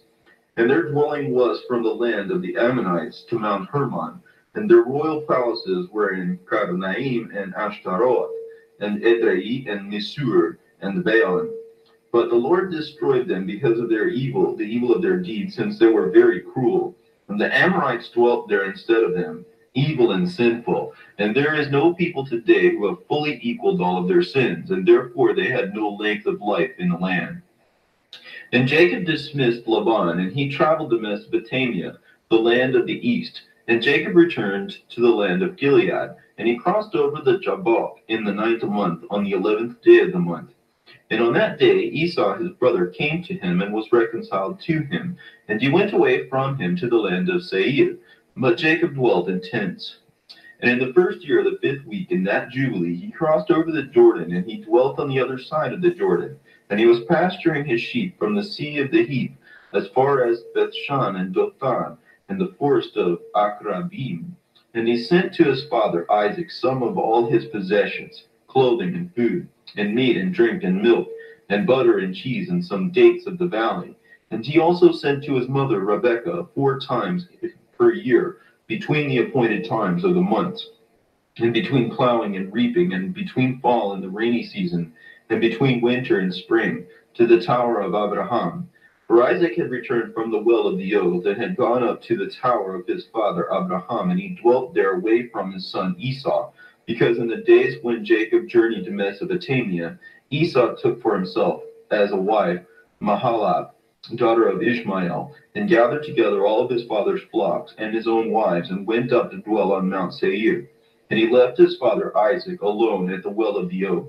And Isaac went up from the well of the oath, and dwelt in the tower of Abraham his father, in the mountain of Hebron. And Jacob sent there everything which he sent to his father and mother from time to time, all of their needs. And they blessed Jacob with all their heart and all their soul. And in the first year of the 6th week, he went up to Salim, which is east of Shechem, in peace in the 4th month.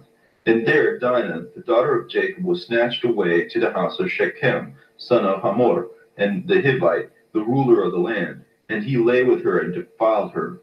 But she was little, only 12 years old. And he begged his father and her brothers that she be given to him as a wife. But Jacob and his sons were angry at the men of Shechem, because they had defiled Dinah their sister.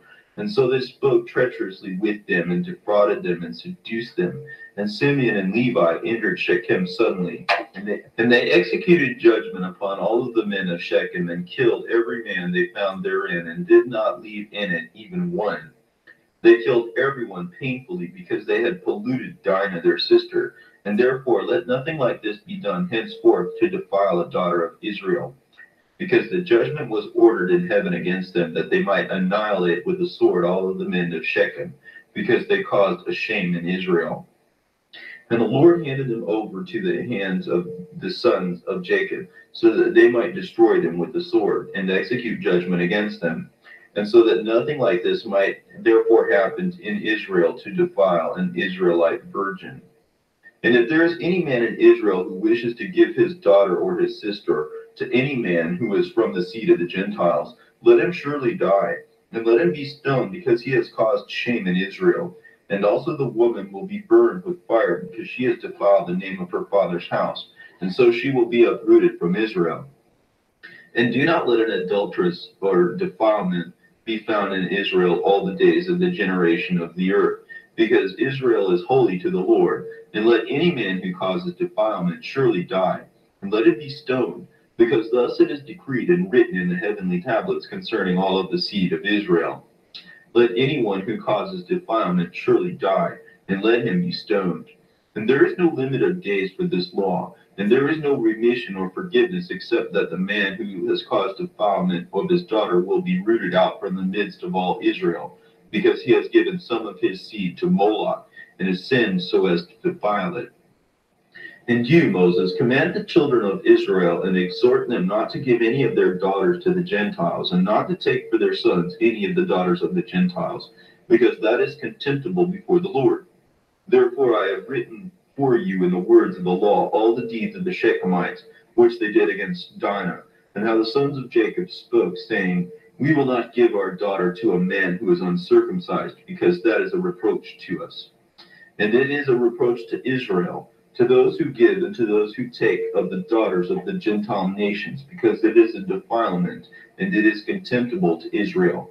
And Israel will not be cleansed from this defilement, if there is in it a woman from the daughters of Gentiles, or one who has given any of his daughters to a man who is from any of the Gentiles.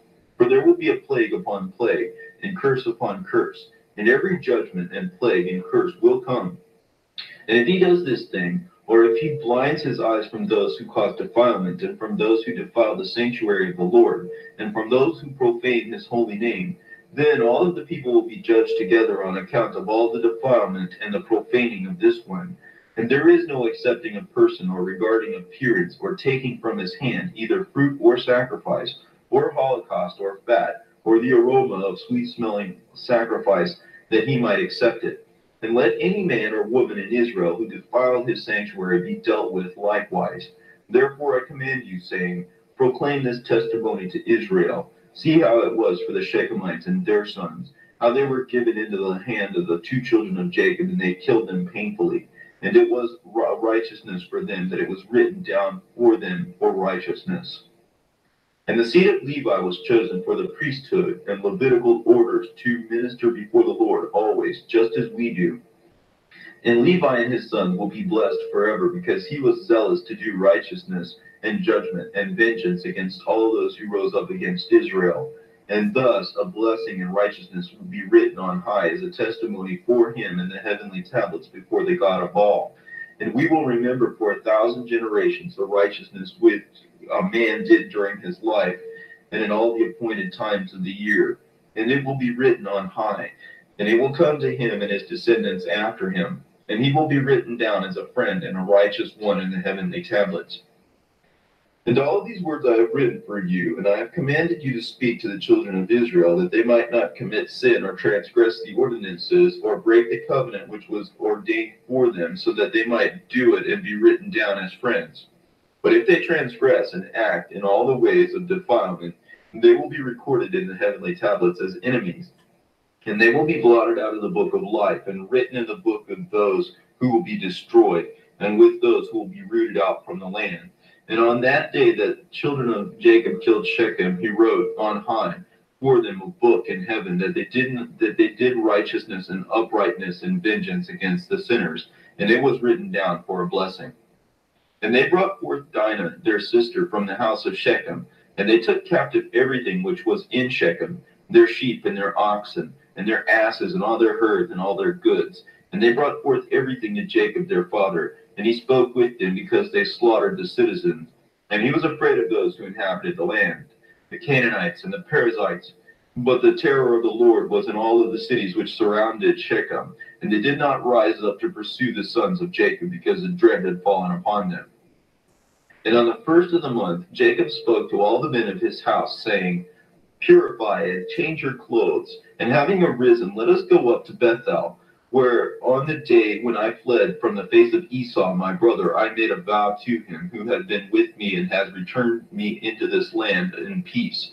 Remove the strange gods that are among you. And they handed over the strange gods, and what was on their ears, and what was on their necks, and the idols which Rachel stole from Laban her father. And she gave everything to Jacob, and he burned it, and crushed it, and destroyed it, and hid it under an oak which was in the land of Shechem. And he went up on the first of the 7th month into Bethel, and he built an altar in the place where he slept, and had erected a pillar. And he invited his father Isaac and his mother Rebekah, and to come to him in the time of sacrifice. And Isaac said, let my son Jacob come, and let me see him before I die. And Jacob went to his father Isaac and to his mother Rebekah at the house of his father Abraham, and he took with him 2 of his sons, Levi and Judah.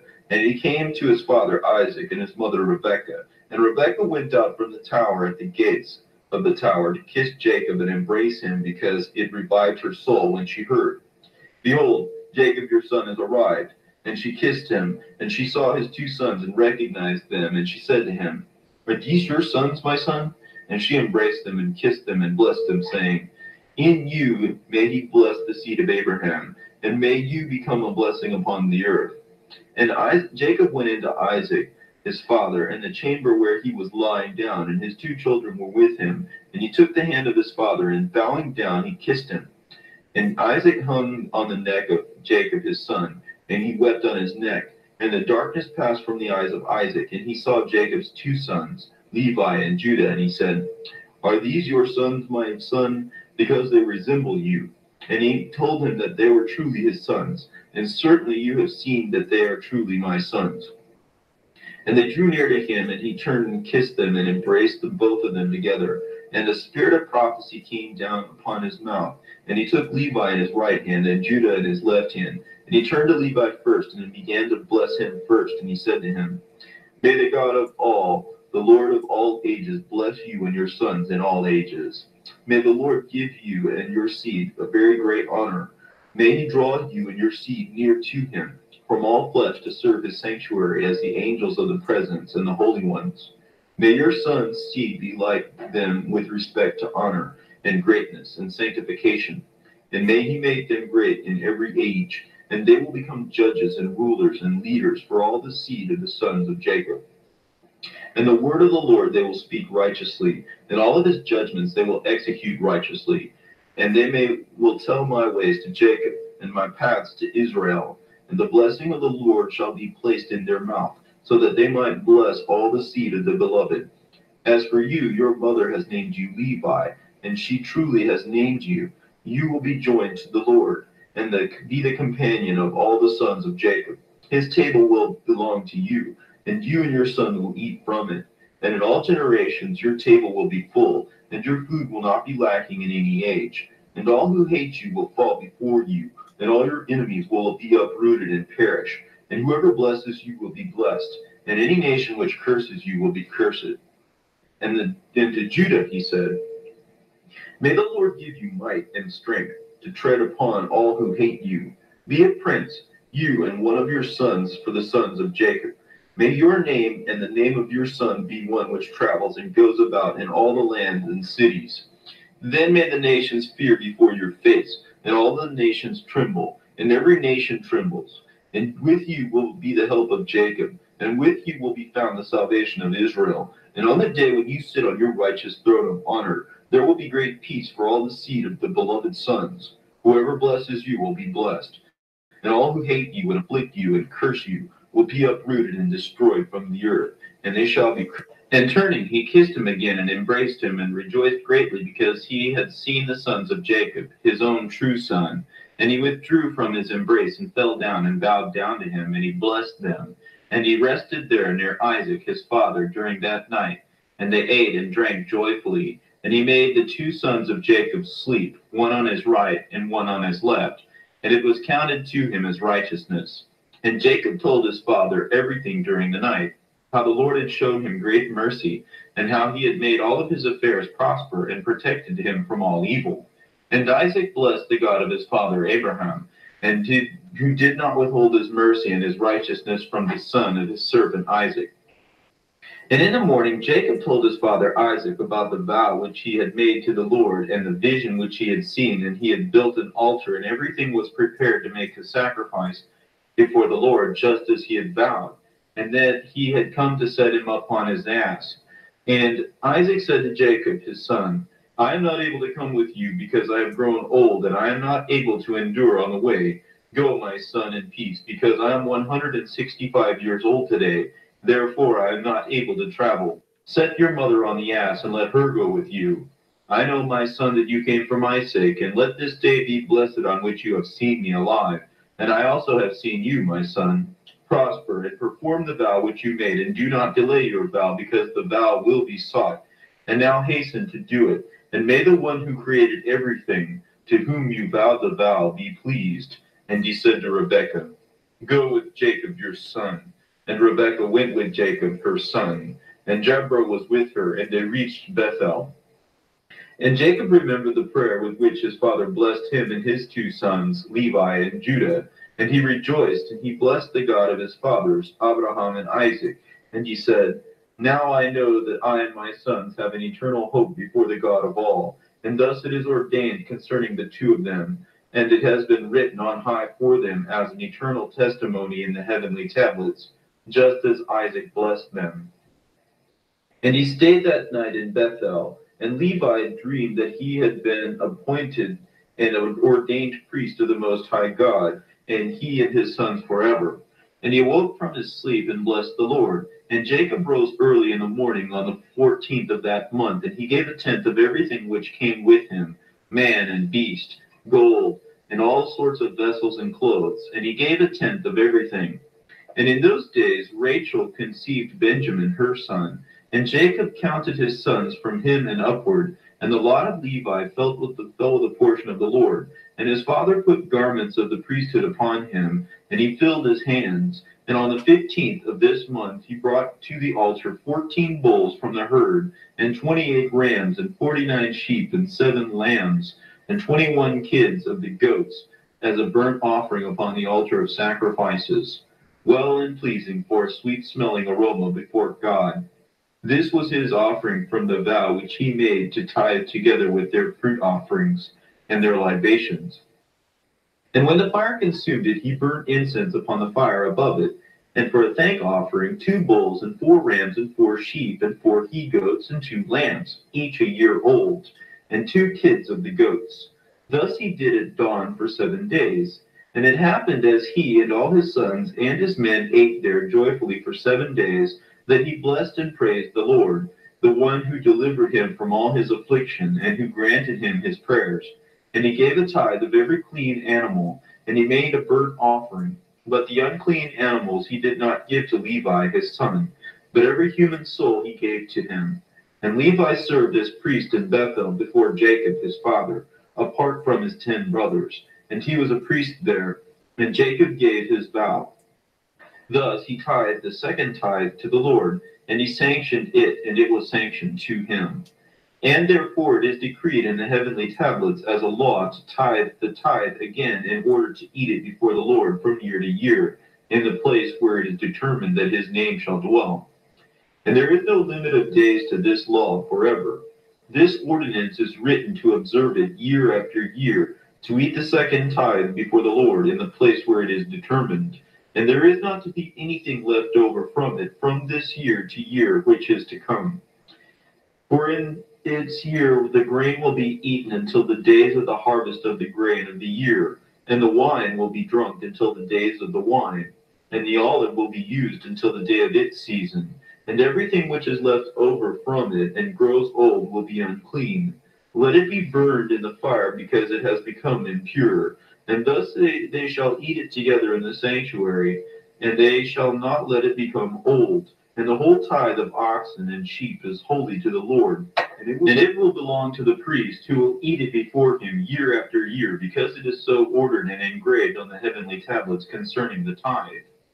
And in the second night, on the 22nd day of this month, Jacob planned to build up that place and to build a wall around the court and to sanctify it and to make it eternally holy for himself and his sons after him. And the Lord appeared to him in the night and blessed him and said to him, Your name will not be called Jacob, but you will be named Israel.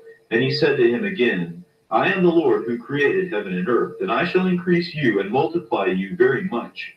And there will be kings from you, and they will rule everywhere that the tracks of mankind have been trod. And I shall give to your seed all of the land under heaven, and they will rule in all nations as they have desired. And after all of this, the earth will be gathered together, and they will inherit it forever. And he finished speaking with him, and he went up from him.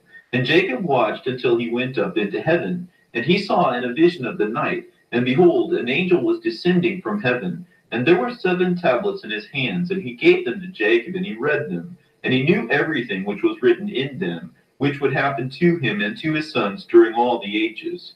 And he showed him everything which was written on the tablets. And he said to him, Do not build this place, and do not make an eternal sanctuary, and do not dwell here, because this is not the place. Go to the house of Abraham your father, and dwell with Isaac your father, until the day of your father's death. Because you will die peacefully in Egypt, and you will be buried honorably in this land, in the tomb of your fathers, with Abraham and Isaac. Do not fear, because just as you have seen and read, thus will everything come to pass. But you write down everything just as you have seen and read it. And Jacob said, O Lord, how will I remember everything that I read and saw? And he said to him, I will cause you to remember everything. And he went up from him, and he woke up from his sleep, and he recalled everything that he had read and seen, and he wrote down all of the matters which he had read and seen.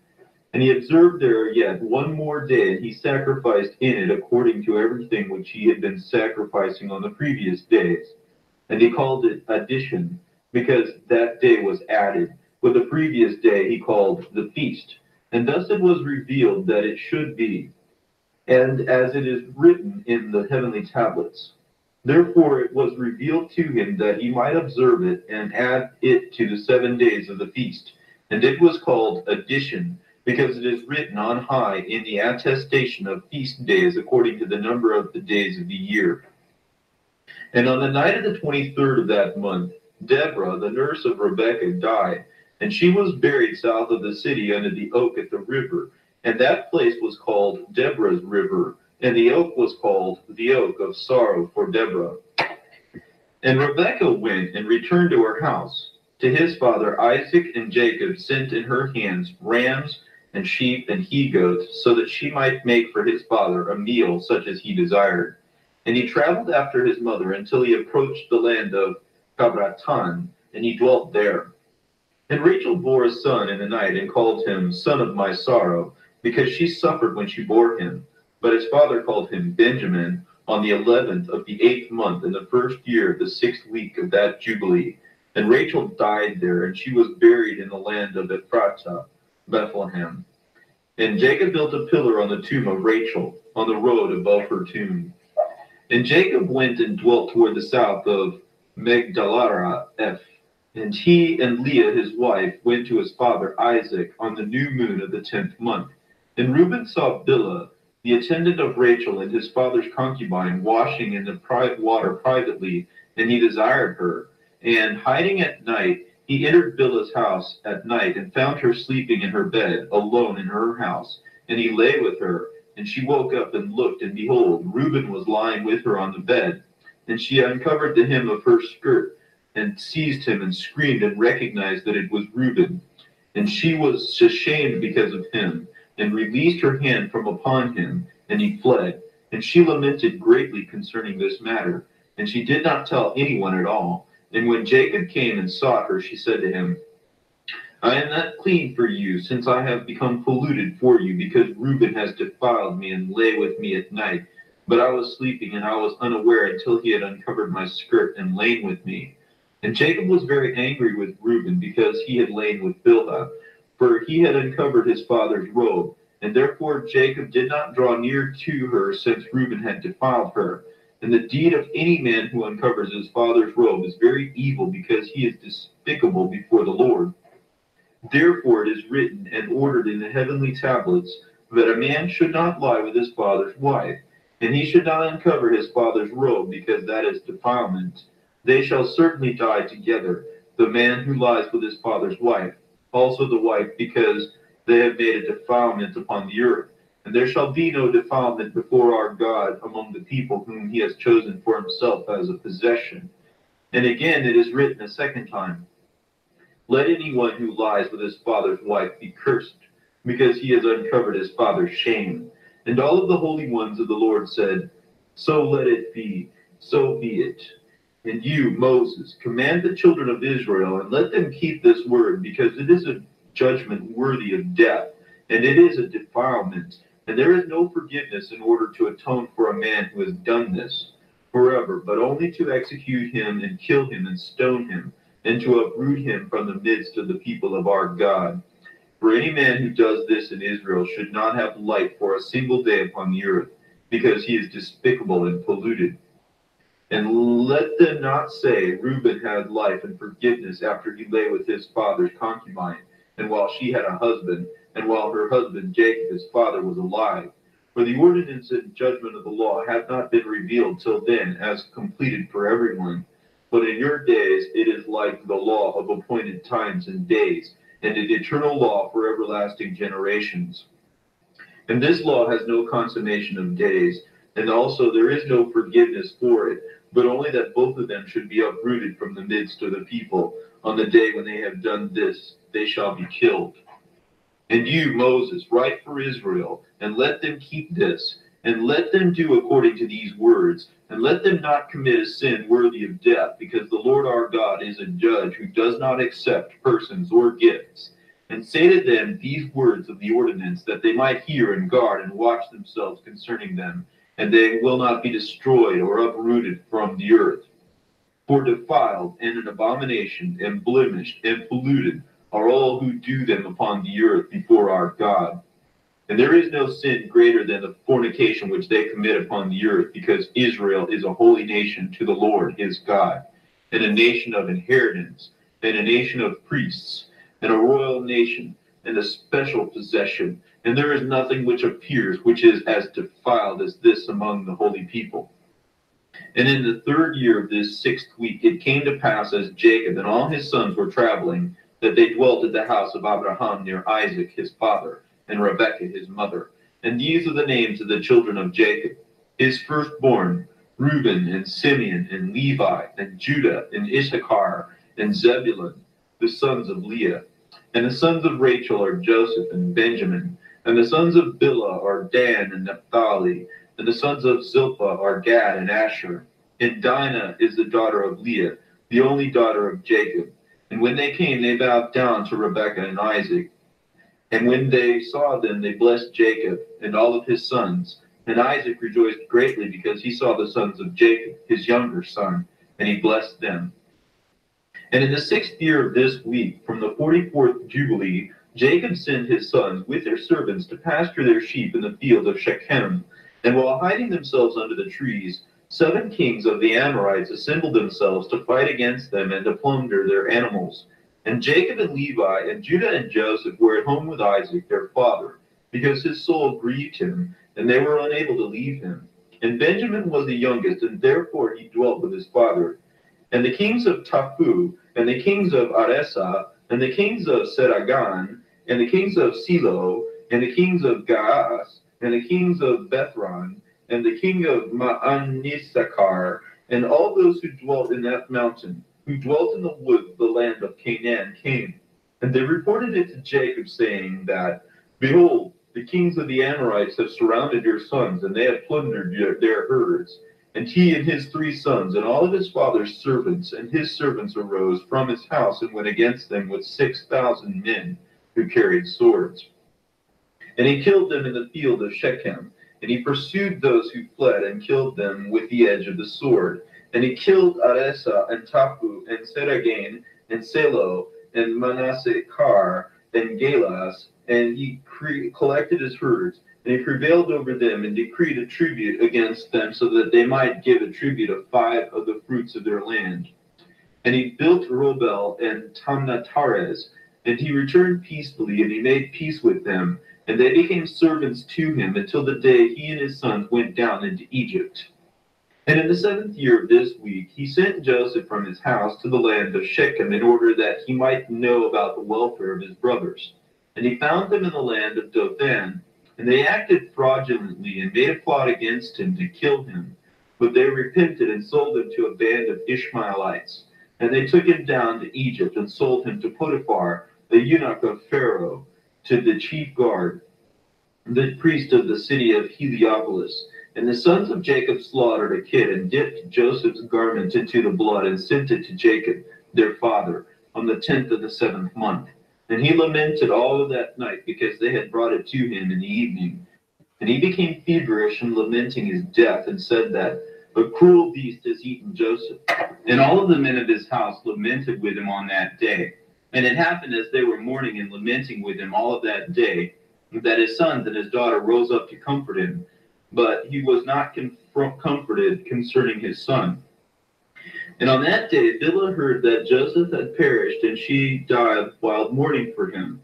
And she was dwelling in Kaphrateth. And Dinah, his daughter, also died after Joseph perished. And these 3 lamentations came upon Israel in a single month. And they buried Bilhah opposite the tomb of Rachel. And they also buried Dinah, his daughter, there. And it happened, as they lamented for Joseph 1 year, that he was not consoled, but he said, I will go down to the grave lamenting for my son. Therefore it is decreed for the children of Israel that they mourn on the 10th day of the 7th month, and on the day when that which caused him to weep for Joseph came to Jacob his father, so that they might atone for themselves with a young kid on the 10th day of the 7th month, once a year, on account of their sin, because they caused the affection of their father to grieve for Joseph his son. And this day is decreed so that they might mourn on it, on account of their sins, and on account of their transgressions, and on account of all their errors, in order to purify themselves on this day once a year. And after Joseph perished, the sons of Jacob took wives for themselves. The name of the wife of Reuben was Adah, and the name of the wife of Simeon was Adibah, a Canaanite. And the name of the wife of Levi was Milcah, from the daughters of Aram, from the seed of the sons of Terah. And the name of the wife of Judah was Betasuel, a Canaanite. And the name of the wife of Issachar was Hezekah. And the name of the wife of Zebulun was Neeman. And the name of the wife of Dan was Eglah. And the name of the wife of Naphtali was Rasu'u, who was a Mesopotamian. And the name of the wife of Gad was Makkah. And the name of the wife of Asher was Ionah. And the name of the wife of Joseph was Asenath, an Egyptian. And the name of the wife of Benjamin was Iyasaka. And Simeon repented and took another wife from Mesopotamia, as his brothers had. And in the first year of the first week, in this 45th Jubilee, Rebekah called to Jacob her son, and she commanded him with regard to his father and brother that he should honor them all the days of Jacob's life. And Jacob said, I will do everything just as you have commanded me, because this thing is an honor and a greatness for me, and a righteousness for me before the Lord, that I should honor them. And you, mother, know from this day, the day I was born, until this day, all of my deeds and everything which is in my heart, that I always think of good for everyone. And why would I not do this thing which you have commanded me, that I should honor my father and my brother? Tell me, mother, what perversity you have seen against me, and I will withdraw from it, and mercy will be upon me. And she said, My son, all my days I have never seen against you anything perverse, but only uprightness. But I will rightly tell you, my son, that I shall die within this year, and I shall not pass through this year alive, because I have seen in a dream the day of my death, and I shall not live more than 155 years. And behold, I have completed all the days of my life which I will live. And Jacob laughed about his mother's words, because his mother said that she would die. But she was sitting opposite him, and her strength was in her, and she was not suffering loss of strength, because she was coming and going, and seeing clearly, and her teeth were sound, and no disease had touched her all the days of her life. And Jacob said, I would be happy, mother, if my days approached the days of your life, and my powers were thus in me as your powers. And you will not die, because you have spoken to me in idle jest concerning your death. And she went in to Isaac, and she said to him, One request I beg of you, make Esau swear that he will not harm Jacob, and I will not pursue him hostilely, because you know Esau's inclination, that it has been evil since his youth. And there is no goodness in him, because he wants to kill him after your death. And you know everything that he has done from the day that Jacob, his brother, traveled to Haran until this day, that he abandoned us with all his heart and did evil with us. He gathered your flocks and robbed all of your possessions before your face. And while we were begging and asking for what was ours, he acted like a man who was taking pity on us. And he is bitter against you, because you blessed Jacob, your perfect and upright son, because he has no evil, but only goodness. And since he came from Haran until this day, he has not been depriving us of anything, for he has always been bringing us everything in its season. And he rejoices with his whole heart whenever we accept anything from his hand. And he has been blessing us, and has not separated from us since he came from Haran until this day. But he has been dwelling with us continually at home, honoring us. And Isaac said to her, I know and see the deeds of Jacob, who was with us, and with all his heart he is honoring us. And I first loved Esau more than Jacob, because he was born first. And now I love Jacob more than Esau, because he has increasingly made his deeds evil.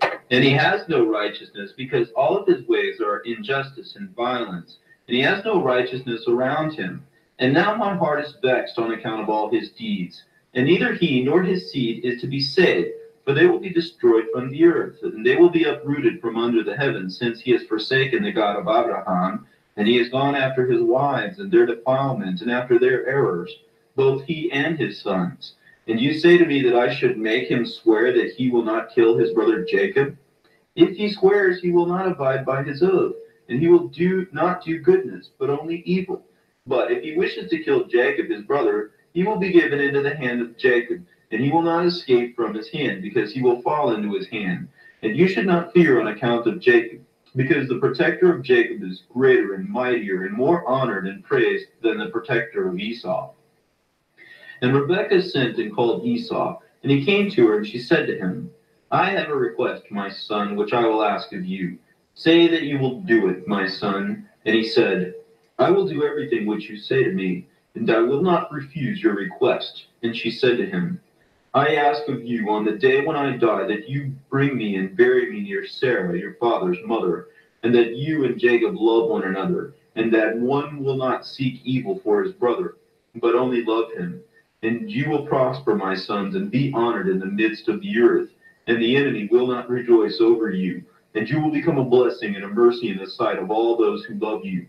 And he said, I shall do everything which you have said concerning me, and I shall bury you on the day when you die near Sarah, my father's mother, just as you have desired, so that your bones will be near her bones. And Jacob, my brother, I shall love more than all flesh, and I have no brother in all the earth except him alone.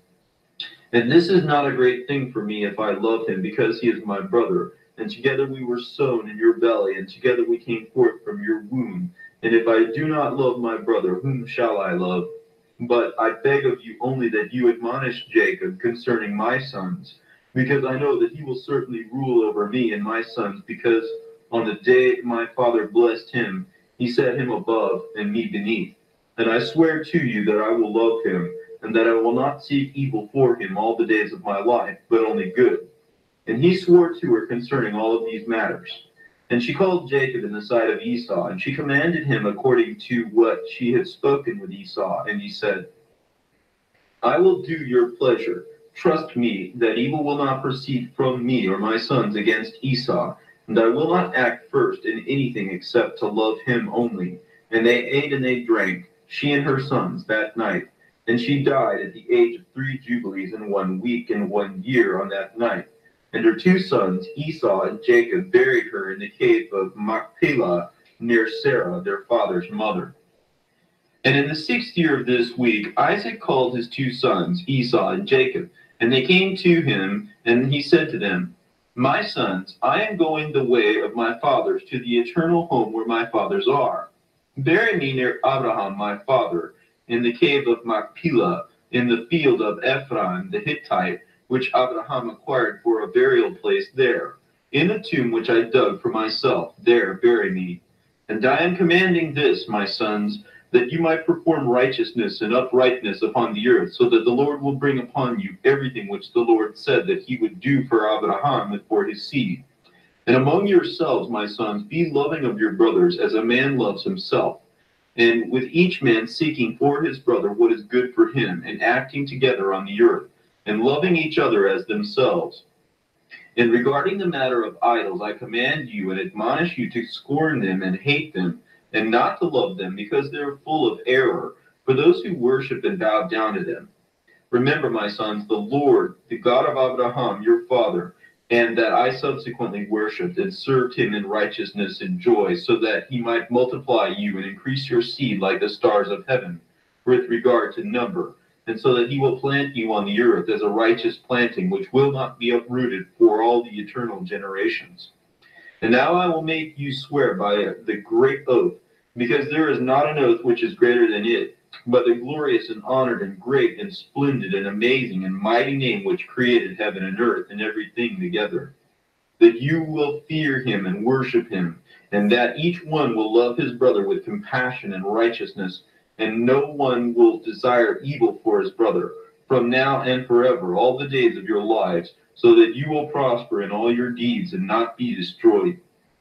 And if either of you seeks evil against his brother, know that hereafter each one who seeks evil against his brother will fall into his hands and be uprooted from the land of the living, and his seed will be destroyed from under heaven. And on the day of turmoil and execration and indignation and wrath, then with devouring, burning fire, just as he burned Sodom, so too will he burn up his land and his city, and everything which will be his. And he will be wiped out from the book of the discipline of mankind, and so not be written on high in the book of life.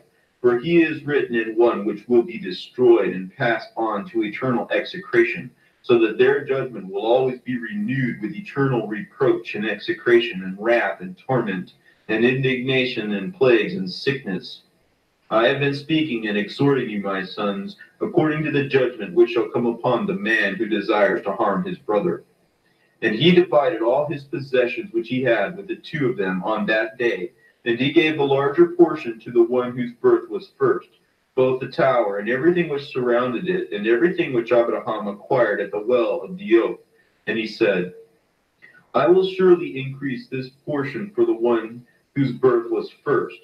And Esau said, I have sold to Jacob, and I have delivered my right of seniority to Jacob, and so let it be given to him.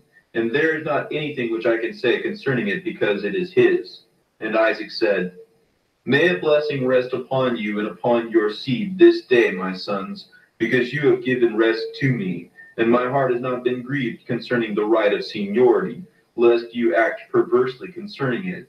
May the Lord Most High bless the man who does righteousness, him and his seed forever. And he finished commanding them and blessing them, and they ate and drank together before him. And he rejoiced because they were in mutual agreement. And they went out from him, and they rested that day, and they slept. And Isaac slept on his bed on that day, rejoicing, and he slept the eternal sleep. And he died at the age of 180 years. He completed 25 weeks and 5 years, and his two sons, Esau and Jacob, buried him. And Esau traveled to the land of Edom, to the mountain of Seir, and he dwelt there. And Jacob dwelt in Mount Hebron, in the tower of the land of the sojourning of his father Abraham. And he worshipped the Lord with all his heart, and according to the commands which were revealed, and according to the division of the days of his generations. And Leah his wife died in the 4th year of the 2nd week of the 45th Jubilee. And he buried her in the cave of Machpelah near Rebekah, his mother, and north of the tomb of Sarah, his father's mother. And all of her children and his children went out to weep with him for Leah his wife, and to comfort him concerning her, because he was lamenting her. For he loved her very much after Rachel, her sister, died, since she was perfect and upright in all of her ways. And she honored Jacob. And in all of the days which she lived with him, he never heard a harsh word from her mouth, because she possessed gentleness, peace, uprightness, and honor. And he remembered all of her deeds which she had done in her life, and he lamented greatly for her, because he loved her with all his heart and all his soul. And on the day that Isaac, the father of Jacob and Esau, died, the sons of Esau heard that Isaac had given the right of seniority to Jacob, his younger son. And they were very angry, and they argued with their father, saying, Why, since you are the elder and Jacob the younger, did your father give the right of seniority to Jacob and abandon you? And he said to them, Because I sold my right of firstborn to Jacob for a little dish of lentils. And on the day that my father sent me to hunt and snare and bring to him, so that he might eat and bless me, he went with guile and brought food and drink to my father, and my father blessed him and placed me under his hand. And now our father has made us swear, both me and him, that we will not seek after evil, either one against his brother, but that we will continue with an affection and a peace, each one with his brother, so that we will not corrupt our ways. And they said, We will not listen to you in order to make peace with him, because our might is stronger than his might, and we are stronger than he. We will go against him, and we will kill and destroy him and his sons. And if you do not go with us, we will do harm to you. And now listen to us, and we will send to Aram, and to Philistia, and to Moab, and to Ammon, and we will choose for ourselves chosen men who are ardent in battle. And we will go against him, and we will fight with him, and we will uproot him from the land before he seizes power. And their father said to them, Do not go and make war with him, lest you fall before him. And they said to him, This very thing is your type of act from your youth until this day, and you put your neck under his yoke, but we will not listen to these words. And they sent to Aram and to Aduram, and to their father's friend, and they hired from them 1,000 fighting men, chosen warriors. And they came to them from Moab and from the Ammonites, those who were hired, 1,000 chosen men, and from Philistia 1,000 chosen fighting men, and from Edom and from the Hurrians 1,000 chosen fighting men, and from the Kittim strong men, warriors. And they said to their father, Go forth with them and lead them, and if not, we will kill you. And he was filled with wrath and indignation when he saw that his sons were forcing him to go before them in order to lead them to Jacob his brother. But afterward he remembered all the evil which was hidden in his heart against Jacob his brother, and he did not remember the oath which he swore to his father. and his mother, that he would not seek any evil against Jacob his brother all of his days. And with all of this, Jacob did not know that they were coming against him for battle, but he was lamenting Leah his wife, until they drew very near to the tower with 4,000 men, warriors and chosen fighting men. And the men of Hebron sent to him, saying, Behold, your brother has come up against you in order to fight with you, with 4,000 men who are girded with swords and bear shields and military weapons, because they love Jacob more than Esau. And they spoke to him because Jacob was a more generous and merciful man than Esau. But Jacob did not believe them until they drew very close to the tower. And he closed the gates of the tower, and he stood on the battlement and spoke with his brother Esau, and he said, Is the consolation with which you have come in order to console me concerning my wife who died good? Is this the oath which you swore to your father and again to your mother before they died? You have sinned against the oath, and on the day when you swore to your father, you were condemned. And at that time Esau answered and said to him, Mankind and beasts of the field have no righteous oaths, with which they have surely sworn forever. But daily they seek evil, one against the other, and each one seeks to kill his enemy and adversary. And you will hate me and my sons forever, and there is no observing of fraternity with you. And Jacob said, Do not act thus, my brother. As for me, there is no evil in my heart against you. Do not plan evil against me. Know that there is a God, and he sees what is hidden, and requites to everyone according to his deeds. Calm down the heat of your anger, and do not do anything rashly, so that evil will come upon you. Then Esau turned and said harshly, Hear these words of mine which I will speak to you. If a boar changes his hide and his bristles, and makes them soft as wool, and if he brings forth horns upon his head like the horns of a stag or sheep, then I will observe fraternity with you. And if sucklings separate themselves from their mother, you would not be a brother to me. And if the wolves make peace with the lambs, so as not to eat them or assault them, and if their hearts are set upon them to do good, then peace will be in my heart for you. And if the lion becomes the friend of the ox, and if he is bound with him in a single yoke, and he plows with him and makes peace with him, then I will make peace with you.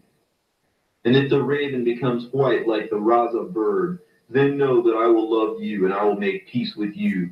You will be uprooted, and your sons will be uprooted, but you will have no peace. And when Jacob saw that he had planned evil against him from his heart and from his whole being, so that he might kill him, and so that he had come leaping like a wandering boar who had come upon a spear which was piercing him and killing him, and he would not withdraw from it, then he spoke to his own followers and to the servants, so that they might attack him and all his friends. And afterward Judah spoke to Jacob his father, and he said to him, O father, stretch out your bow and shoot your arrow and strike down the enemy and kill the adversary. And may you have might, because we will not kill your brother, inasmuch as he is near to you, and with us he is like you with respect to honor. And then when Jacob drew his bow and shot an arrow and struck Esau his brother on his right breast, he killed him. And again he shot an arrow and struck Adoran the Aramean in his left breast, and drove him back and killed him. And afterward the sons of Jacob and their servants went forth to divide themselves on the four sides of the tower. And Judah went out in front, and Naphtali and Gad, and 50 servants with him on the south side of the tower. And they killed everyone they found before them, and not a single one escaped from them. And Levi and Dan and Asher went forth on the east side of the tower, and 50 men were with them. And they killed the warriors of Moab and Ammon. And Reuben and Issachar and Zebulun went forth on the north side of the tower, and 50 men were with them. And they killed the fighting men of the Philistines. And Simeon and Benjamin and Enoch, the son of Reuben, went forth on the west side of the tower, and 50 men were with them. And they killed 400 strong men, warriors of the Edomites and Hurrians, and 600 fled. And the 4 sons of Esau fled with him, and they left their slain father just as he had fallen on the hill which is in Aduram. And the sons of Jacob pursued them as far as the mountain of Seir. But Jacob buried his brother in the hill which is in Aduram, and he returned to his house. And Jacob's sons besieged the children of Esau on the mountain of Seir. And they bowed down their necks to become servants of the children of Jacob. And they sent their father to ask whether they should make peace with them or whether they should kill them. And Jacob sent notice to his sons to make peace. And they made peace with them, and placed a yoke of servitude upon them, so that they might pay tribute to Jacob and his sons always. And they continued paying tribute to Jacob until the day that he went down to Egypt. And the children of Edom have not ceased from the yoke of servitude which the 12 sons of Jacob ordered upon them until today. And these are the kings who ruled in Edom before a king ruled the children of Israel, until today in the land of Edom. And Balak, the son of Beor, ruled in Edom, and the name of his city was Danaba. And Balak died, and Jobab, the son of Zara, who was from Boser, ruled instead of him. And Jobab died, and Asam, who was from the land of Teman, ruled instead of him. And Asam died, and Dadav, son of Barad, who killed Midian in the field of Moab, ruled instead of him. And the name of his city was Avith. And Adaph died, and Salmon, who was from Amasekah, ruled instead of him. And Salmon died, and Saul, who was from Raaboth by the river, ruled instead of him. And Saul died, and Baalunan, son of Akbor, ruled instead of him. And Baalunan, son of Akbor, died, and Adaph ruled instead of him. And the name of his wife was Maitabith, daughter of Matarat, daughter of Metabedzaab. And these are the kings which ruled in the land of Edom. And Jacob dwelt in the land of his fathers sojourning, in the land of Canaan. These are the generations of Jacob. And Joseph was 17 years old when they brought him down into Egypt. And Potiphar, Pharaoh's eunuch, the chief of the guard, bought him, and he set Joseph over all of his house. And the blessing of the Lord was upon the house of the Egyptian because of Joseph. And the Lord caused everything which he did to prosper. And the Egyptian left everything in the hands of Joseph, because he saw that the Lord was with him. And the Lord caused everything which he did to prosper. And Joseph was good looking and very handsome. And the wife of his master lifted up her eyes and saw Joseph and desired him. And she begged him to lie with her. And he did not surrender himself, but he remembered the Lord and the words which Jacob his father used to read, which were from the words of Abraham, that there is no man who may fornicate with a woman who has a husband, and that there is a judgment of death which is decreed for him in heaven, before the Lord Most High. And the sin is written on high concerning him in the eternal books, always before the Lord. And Joseph remembered these words, and he did not want to lie with her. And she begged him for 1 year, and he turned away and refused to listen to her. And she embraced him and seized him in the house, so that she might force him to lie with her. And she shut the door of the house and seized him. And he left his garment in her hand, and he broke the door and fled outside, away from her presence. And the woman saw that he would not lie with her, and she falsely accused him before his master, saying, Your Hebrew servant whom you love desired to seduce me, so that he might lie with me. And it came to pass, when I raised my voice, that he fled, and he left his garment in my hand when I seized him, and he broke the door. And the Egyptians saw Joseph's garments and the broken door, and he heard his wife's story, and he put Joseph in prison, in the place where the prisoners whom the king imprisoned stayed. And he was there in that prison, and the Lord gave Joseph favor and mercy before the chief guard of the prison, because he saw that the Lord was with him. And the Lord caused everything which he did to prosper, and he left everything in his hands. And the chief guard of the prison knew nothing which was with him, because Joseph did everything, and the Lord perfected it. And he dwelt there 2 years. And in those days Pharaoh, the king of Egypt, was angry with 2 of his eunuchs, with the chief of the butlers and with the chief of the bakers. And he put them in prison, in the house of the chief of the guard, in the prison where Joseph was held. And the chief of the guard of the prison ordered Joseph to serve them, and he served before them. And both of them had a dream, the chief of the butlers and the chief of the bakers, and they told it to Joseph. And just as he interpreted to them, so it happened to them. And Pharaoh returned the chief of the butlers to his task, but he killed the baker, just as Joseph interpreted for them. But the chief of the butlers forgot Joseph in the prison when he made known to him what would happen to him. And he did not remember to tell the Pharaoh what Joseph told him because he forgot. And in those days Pharaoh dreamed two dreams in a single night concerning the matter of the famine which would come upon all of the land. And he awoke from his sleep, and he called all of the interpreters of dreams and magicians who were in Egypt. And he told them of both his dreams, but they were unable to explain them. Then the chief of the butlers remembered Joseph, and he told the king about him. And he brought him out of the prison and told both of the dreams in his presence. And he said in the presence of the Pharaoh that both of his dreams were one. And he said to him, 7 years will come, abundance will be in all the land of Egypt, but afterward 7 years of famine, which is unlike any previous famine, will be in all the land. And now let Pharaoh appoint overseers in all the land, and let them store up food for a city within the city during the days of the plentiful years, and there will be food for the 7 years of famine. And the land will not perish in the presence of the famine, because it will be very severe. And the Lord gave Joseph favor and mercy in the sight of the Pharaoh. And Pharaoh said to his servants, We will not find a man wise and knowledgeable as this man, because the Spirit of the Lord is with him. And he set him second in all of his kingdom, and he made him rule in all of Egypt. And he made him ride upon the second chariot of the Pharaoh. And he invested him with a garment of byssus, and hung a gold chain on his neck. And they proclaimed before him, El wa Abed, and gave him the signet ring on his hand. And he made him rule over all his house. And he made him great. And he said to him, I will not be greater than you, except regarding the throne alone. And Joseph ruled in all the land of Egypt. And of all of the judges and all of the servants of the Pharaoh and all of those who did the king's work loved him, because he walked uprightly, and he had no pompousness or arrogance or partiality.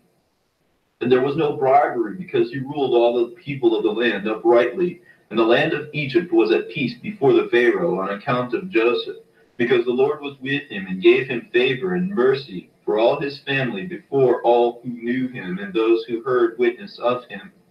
And the kingdom of the Pharaoh was upright, and there was no Satan, and there was no evil. And the king called Joseph Sephantiphans, and he gave the daughter of Potiphar, the daughter of the priest of Heliopolis, the chief of the guard, to Joseph as a wife. And on the day that Joseph stood with the Pharaoh, he was 30 years old when he stood with the Pharaoh. And in that year Isaac died. And it came about just as Joseph related concerning the interpretation of the two dreams. And there were 7 abundant years in all the land of Egypt. And the land of Egypt was very fruitful, one measure yielding 1,800 measures. And Joseph gathered the food of a city into the city until it was full of grain. And they were unable to count or measure it because of its magnitude. And in the 45th Jubilee, in the second week, in the second year, Judah took a wife for his firstborn, from the daughters of Aram, and her name was Tamar. But he hated her and would not lie with her, because his mother was from the daughters of Canaan. And he wanted to take a wife from his mother's people. But Judah, his father, did not permit him. And the firstborn of Judah, was evil, and the Lord killed him. And Judah said to Onan, his brother, Go to your brother's wife, and act as a leveret, and raise up seed for your brother. And Onan knew that the seed would not be his, but only his brother's. And he entered the house of his brother's wife, and poured out his seed on the ground. And he was evil in the sight of the Lord, and he killed him. And Judah said to Tamar, his daughter-in-law, Remain at the house of your father as a widow until Selah, my son, grows up, and I will give you to him as a wife. And he grew up. But Bethuel, Judah's wife, did not permit Selah, her son, to marry. And Bethuel, Judah's wife, died in the 5th year of that week. And in the 6th year, Judah went up in order to shear his sheep at Timnah. And they told Tamar, Behold, your father-in-law is going up to shear his sheep at Timnah. And she put off the clothes of her widowhood, and she put upon a veil. And she made herself beautiful, and sat by the gates which are toward the Timnah road. And when Judah walked along, he found her, and presumed that she was a prostitute. And he said to her, Let me enter into you. And she said to him, Come on. And he entered. And she said to him, Give me my fee. And he said to her, I have nothing in my hand except my signet ring of my finger, and my necklace, and my staff which is in my hand. And she said to him, Give them to me until you send my fee to me. And he said to her, I will send you a young goat. And he gave them to her, and he was with her, and she became pregnant by him. And Judah went to his sheep, and she went to her father's house. And Judah sent a young goat in the hand of his shepherd, an Adulamite, but he did not find her. And he asked the men of the district, saying, Where is the prostitute who was here? And they said to him, There is no prostitute here with us. And he returned and told them that he did not find her. And he said, I inquired of the men of the district, and they said to me, There is no prostitute here. And he said, Let her take it, lest we become an object of scorn. And when she completed 3 months, it was obvious that she was pregnant. And they told Judah, saying, Behold, Tamar, your daughter-in-law, is pregnant through prostitution. And Judah went to her father's house, and he said to her father and her brothers, Bring her out, and let them burn her, because she has caused a defilement in Israel. And it came to pass, when they brought her out to burn her, that she sent to her father-in-law the signet ring and the necklace and the staff. And she said, Recognize who these are, because I am pregnant by him. And Judah recognized them and said, Tamar was more righteous than I, and therefore let them not burn her. And on account of that she was not given to Selah, and therefore he did not approach her again. And after this she bore 2 children, Perez and Zerah, in the 7th year of this 2nd week. And after this, the 7 years of full harvest which Joseph told Pharaoh about were completed. And Judah knew that the deed which he did was evil, because he lay with his daughter-in-law, and he condemned himself in his own sight. And he knew that he had sinned and gone astray, because he uncovered the robe of his son. And he began to mourn and make supplication before the Lord on account of his sin. And we told him in a dream that it was forgiven him, because he made great supplication, and because he mourned and did not do it again. And there was forgiveness for him, because he turned about from his sin and from his ignorance, because the sin was great before our God. And anyone who does anything like this, who lies with his mother-in-law, they shall burn with fire, so that he might burn in it, in order, because defilement and impurity have come upon them. In the fire they shall burn them. And you command the children of Israel, and there will be no defilement in their midst, because everyone who lies with his daughter-in-law or with his mother-in-law causes defilement. And the fire they shall burn the man who was lain with her, and also the woman, and the wrath and punishment he will cause to cease from Israel. And we told Judah that his 2 sons had not lain with her, and therefore his seed stood for a 2nd generation, and it would not be uprooted, because in the integrity of his eyes he went and sought judgment, because by the judgment of Abraham, which he commanded his sons, Judah wanted to burn her with fire. In the 1st year of the 3rd week of the 45th Jubilee, the famine began to come upon the land, and the rain refused to be given to the land, because there was nothing which would come down. And the earth suffered famine. But in the land of Egypt there was food, because Joseph gathered the grain in the land during the 7 years of full harvest, and he guarded it. And Egypt came to Joseph so that he might give them food. And he opened up the storehouses where the wheat of the 1st year was, and he sold it to the people of the land for gold. And the famine was very severe in the land of Canaan. And Jacob heard that there was food in Egypt, and he sent 10 of his sons to get food for him in Egypt. But he did not send Benjamin. And the 10 sons of Jacob arrived in Egypt, and those who were traveling there.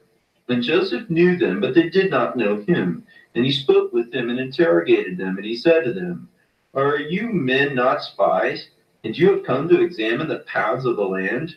And he locked them up. But afterward he released them again, and he made only Simeon stay. And he sent his 9 brothers away, and he filled their grain sacks with grain. And he also put their gold in their grain sacks. But they did not know it. And he commanded them that they should bring their little brother, because they told him that their father was alive, and also their little brother. And they went up from the land of Egypt, and they arrived in the land of Canaan, and told their father everything just as they had experienced it, and how the overseer of the district had spoken harshly with him, and held Simeon until they would bring Benjamin. And Jacob said, You have therefore bereaved me. Joseph is not here, and Simeon is not here either. And you will take Benjamin? Your evil has therefore come upon me. And he said, My son will not go down with you. Perhaps he might become ill, because their mother bore 2, and one has perished. And you will take this one from me? If perhaps he became feverish on the way, then you would send down my old age to death in grief. For he saw that the money of each one had been returned in his sack, and he feared to send him on account of that. But the famine increased and became severe in the land of Canaan, and all the earth except for the land of Egypt. For many of the Egyptians stored up their grain for food after they saw that Joseph was gathering grain and placing it in storehouses and guarding it for the year of famine. And the men of Egypt ate it in the first year of their famine. And when Israel saw that the famine was very severe in the land, and there was no escaping, he said to his sons, Go, return and get food for us, lest we die. And they said, We shall not go. If our little brother does not come with us, we shall not go. And Israel saw that if he did not send him with him, they would all be destroyed due to the famine. And Reuben said, Place him in my hands, and if I do not return to you, kill both of my sons for his life. And he said to him, He will not go with you. And Judah drew near and said, Send him with me, and if I do not return him to you, I will be guilty before you all the days of my life. And he sent him with him in the second year of that week, on the first of the month, and they arrived at the district of the Egypt with all those who were traveling there. And their presents were in their hands, stacte, almonds, terebinth nuts, and pure honey. And they arrived and stood before Joseph, and he saw Benjamin his brother, and he knew him. And he said to them, Is this your little brother? And they said to him, He is. And he said, May the Lord be merciful to you, my son. And he sent him into his house. And he brought Simeon to them, and made a banquet for them. And they presented him with his gift, which they brought in their hands. And they ate before him. And he gave a portion to all of them. And he increased Benjamin's portion 7 times more than any of their portions. And they ate and drank, and got up and stayed with their asses. And Joseph thought of an idea by means of which he might learn their thoughts, whether they had thoughts of peace for one another. And he said to the man who was over his house, Fill all their bags with food for them, and also return their money to them in the midst of their containers. And place my cup from which I drink, the silver cup, in the bag of the youngest one, and send them off. And he did as Joseph told him, and he filled all their bags for them with food. And he also put their money in their bags. And the cup he put in Benjamin's bag. And at daybreak in the morning they went. And it came to pass when they departed from there that Joseph said to the man of his house, Pursue them, run and reproach them, saying, You have repaid me evil in place of good. You have robbed me of the silver cup from which my Lord drinks. And return to me their little brother, and hurry, bring him before I go to my judgment seat. And he ran after them and spoke to them according to these words. And they said to him, May God forbid that your servants would do this thing, or steal any vessel from your Lord's house. But rather, our money which we found at first in our bags, your servants have brought back from the land of Canaan. Therefore, why would we steal any vessel? Behold, search both us and our animals, and wherever you find the cup in the bag of any one of our men, let him be killed. And both we and our asses will become slaves to your Lord. And he said to them, It will not be so, but with the man with whom I find it, he alone I will take as a servant, but you will return in peace to your house. And when he searched their baggage, he started from the eldest and ended with the youngest. And it was found in the bag of Benjamin. And they tore their clothes and loaded their donkeys and returned to the city. And they reached Joseph's house. And they all bowed to him with their face on the ground. And Joseph said to them, You have done evil. And they said, What can we say? With what can we defend ourselves? Our Lord has found the guilt of his servants. Behold, we are servants of our Lord, and also our donkeys. And Joseph said to them, I fear the Lord. You, go to your houses, but let your brother alone be my servant, because you have done evil. Did you not know that a man would be pleased with his cup, as I am with this cup? And you stole it from me? And Judah said, I pray, O Lord, let me, your servant, speak a word in my Lord's ear. His mother bore 2 brothers to our father, your servant. One went forth and was lost, and was not found, and he alone was left from his mother. And your servant, our father, loves him, and his life is bound with the life of this one. And it will come to pass that if we go to your servant, our father, and if the lad is not with us, he will die, and he will bring down our father to death with sorrow. And let me, your servant, remain alone instead of the child as a servant to my Lord, and let the lad go with his brothers, because I was put as a pledge for him in the hand of your servant, our father. And if I should not return him to your servant, will always be guilty to our father. And Joseph saw that the heart of all of them was one in accord with one another for good, and he was unable to control his emotion. And he told them that he was Joseph. And he conversed with them in the Hebrew language, and embraced their necks and wept. But they did not recognize him, and they began to weep. And he said to them, Do not weep for me, but hasten and bring my father to me, and I shall see him before I die, even as the eyes of my brother Benjamin see. For behold, this is the second year of famine, and there will still be 5 years, and there will be no harvest or fruit of the tree or plowing. Hasten, come down, you and your households, lest you be destroyed in the famine.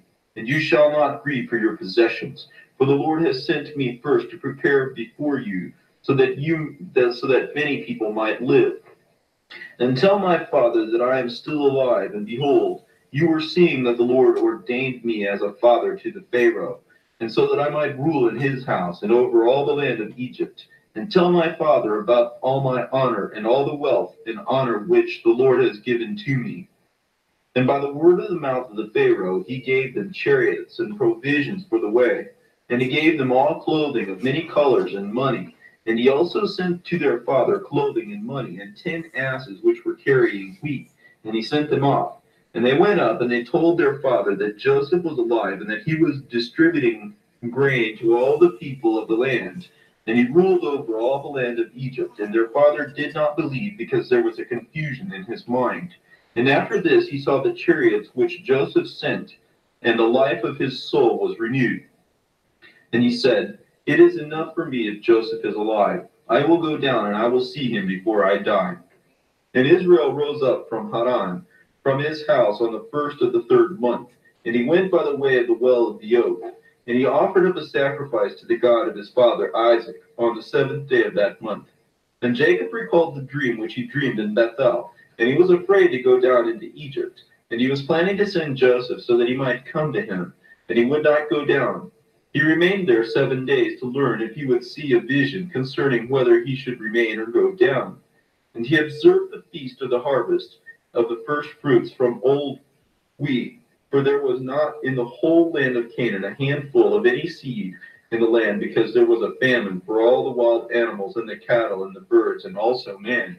And on the 16th day the Lord appeared to him, and he said to him, Jacob, Jacob. And he said to him, Here I am. And again he said to him, I am the God of your fathers, the God of Abraham and Isaac. Do not fear to go down to Egypt, because I will make you into a great people there. I shall go down with you, and I shall bring you back, and you will be buried in this land. And Joseph will place his hand upon your eyes.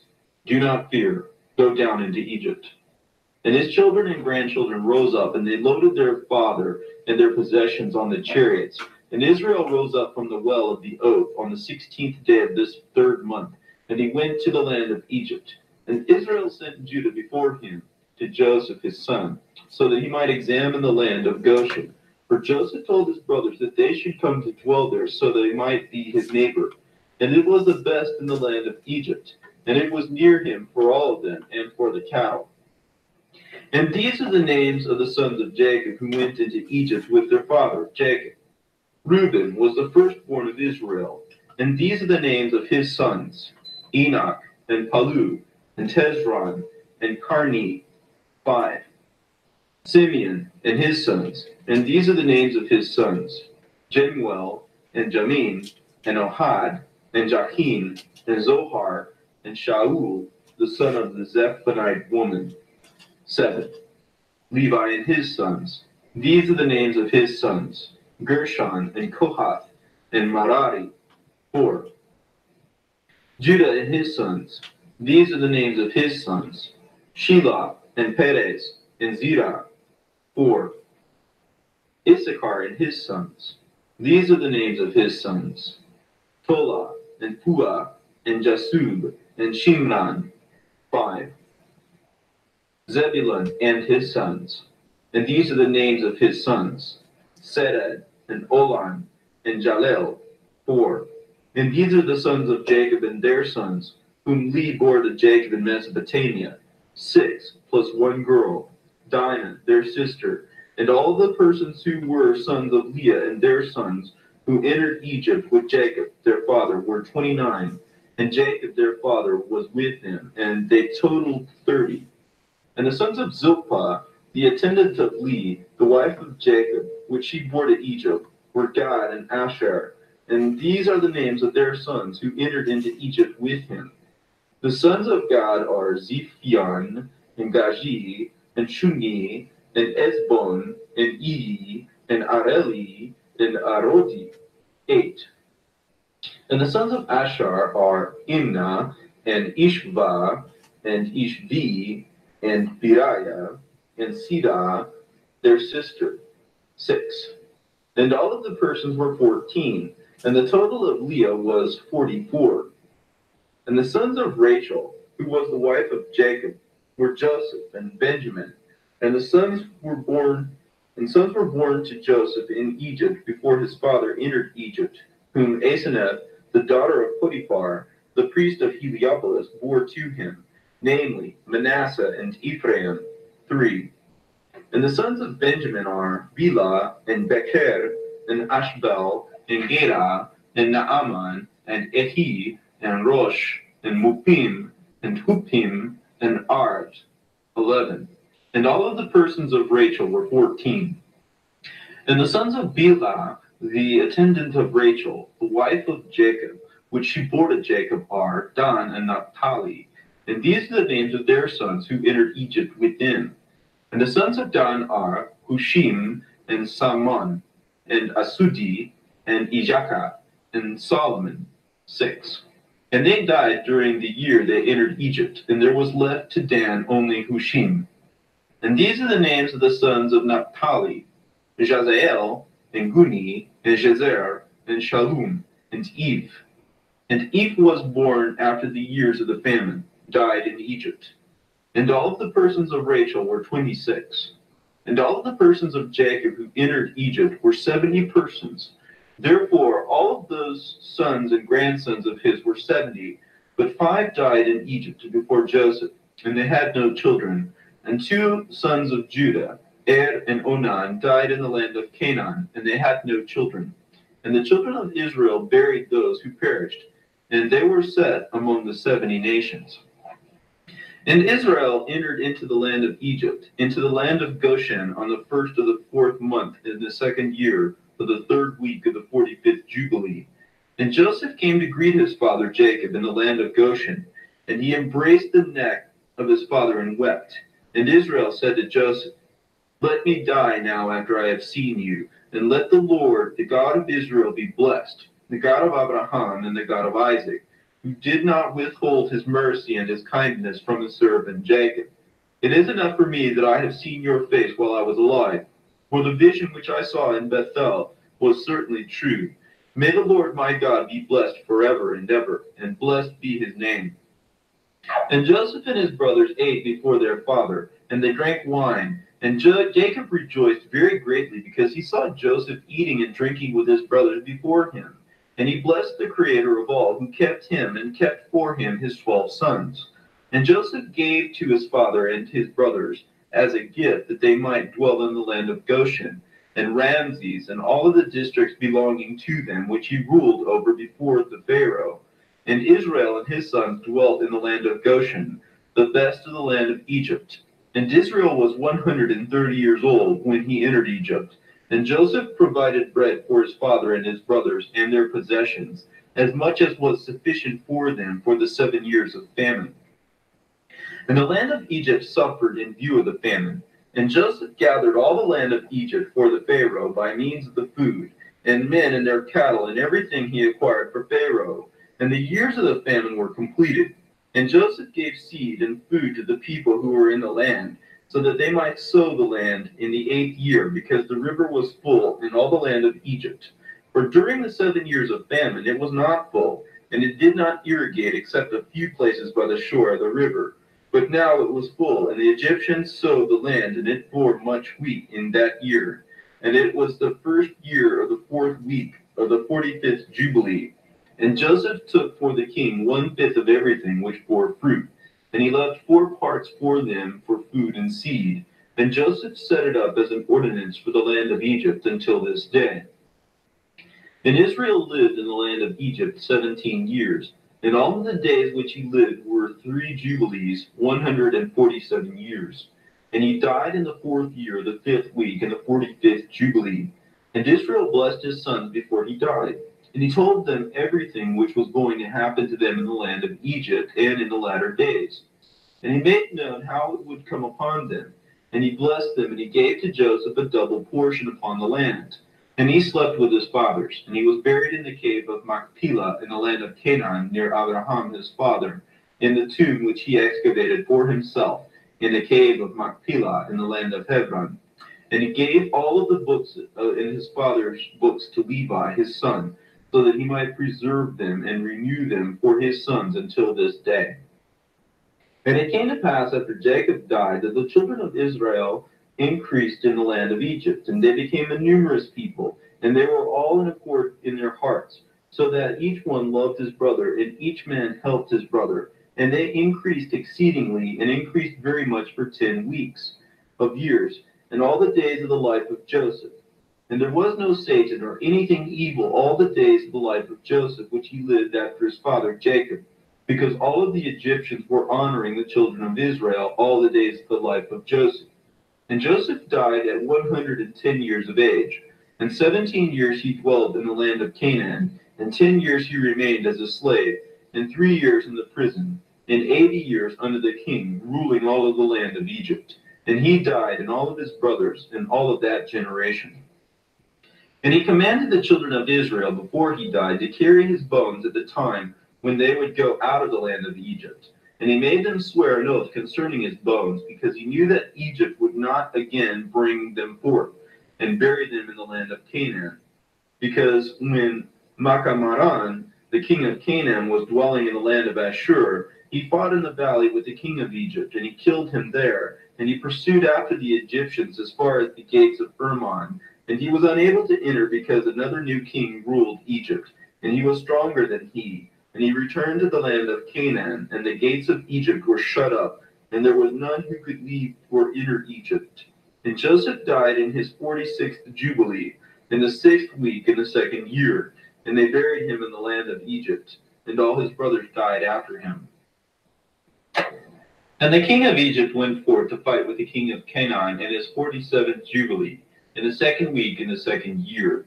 And the children of Israel brought forth the bones of the children of Jacob, all except the bones of Joseph. And they buried them in the field in the cave of Machpelah in the mountain. And many returned into Egypt, but a few of them are left on Mount Hebron, and Amnon your father was left with him. And the king of Canaan was victorious over the king of Egypt, and he closed the gates of Egypt, and he conceived an evil thought against the children of Israel, so that he might cause them to suffer. And he said to the man of Egypt, Behold, the people of the sons of Israel have grown and increased more than we. Come, let us act wisely concerning them before they increase, and let us cause them to suffer in slavery before war comes to us, or before they battle with us. Or if not that, then they will mix with our enemy, and will depart from our land, because their hearts and their faces are upon the land of Canaan. And they appointed over them taskmasters to make them suffer in slavery. And they built strengthened cities for Pharaoh, Pithom, and Ramses. And they built all of the walls and all of the ramparts which had fallen in the cities of Egypt. And they made them slaves by force. And to the extent that they acted cruelly against them, they likewise increased and multiplied. And the men of Egypt regarded the sons of Israel as defiled. And in the 7th week, in the 7th year, in his 47th jubilee, your father came from the land of Canaan, and you were born in the 4th week, in the 6th year, in this 48th jubilee, which were days of affliction upon the children of Israel. And the king of Egypt, Pharaoh, issued an order concerning them that they should throw all of their male children who were born into the river. And they continued throwing them into the river 7 months, until the day when you were born. And your mother hid you 3 months. And they reported concerning her. And she made an ark for you, and she covered it with pitch and asphalt.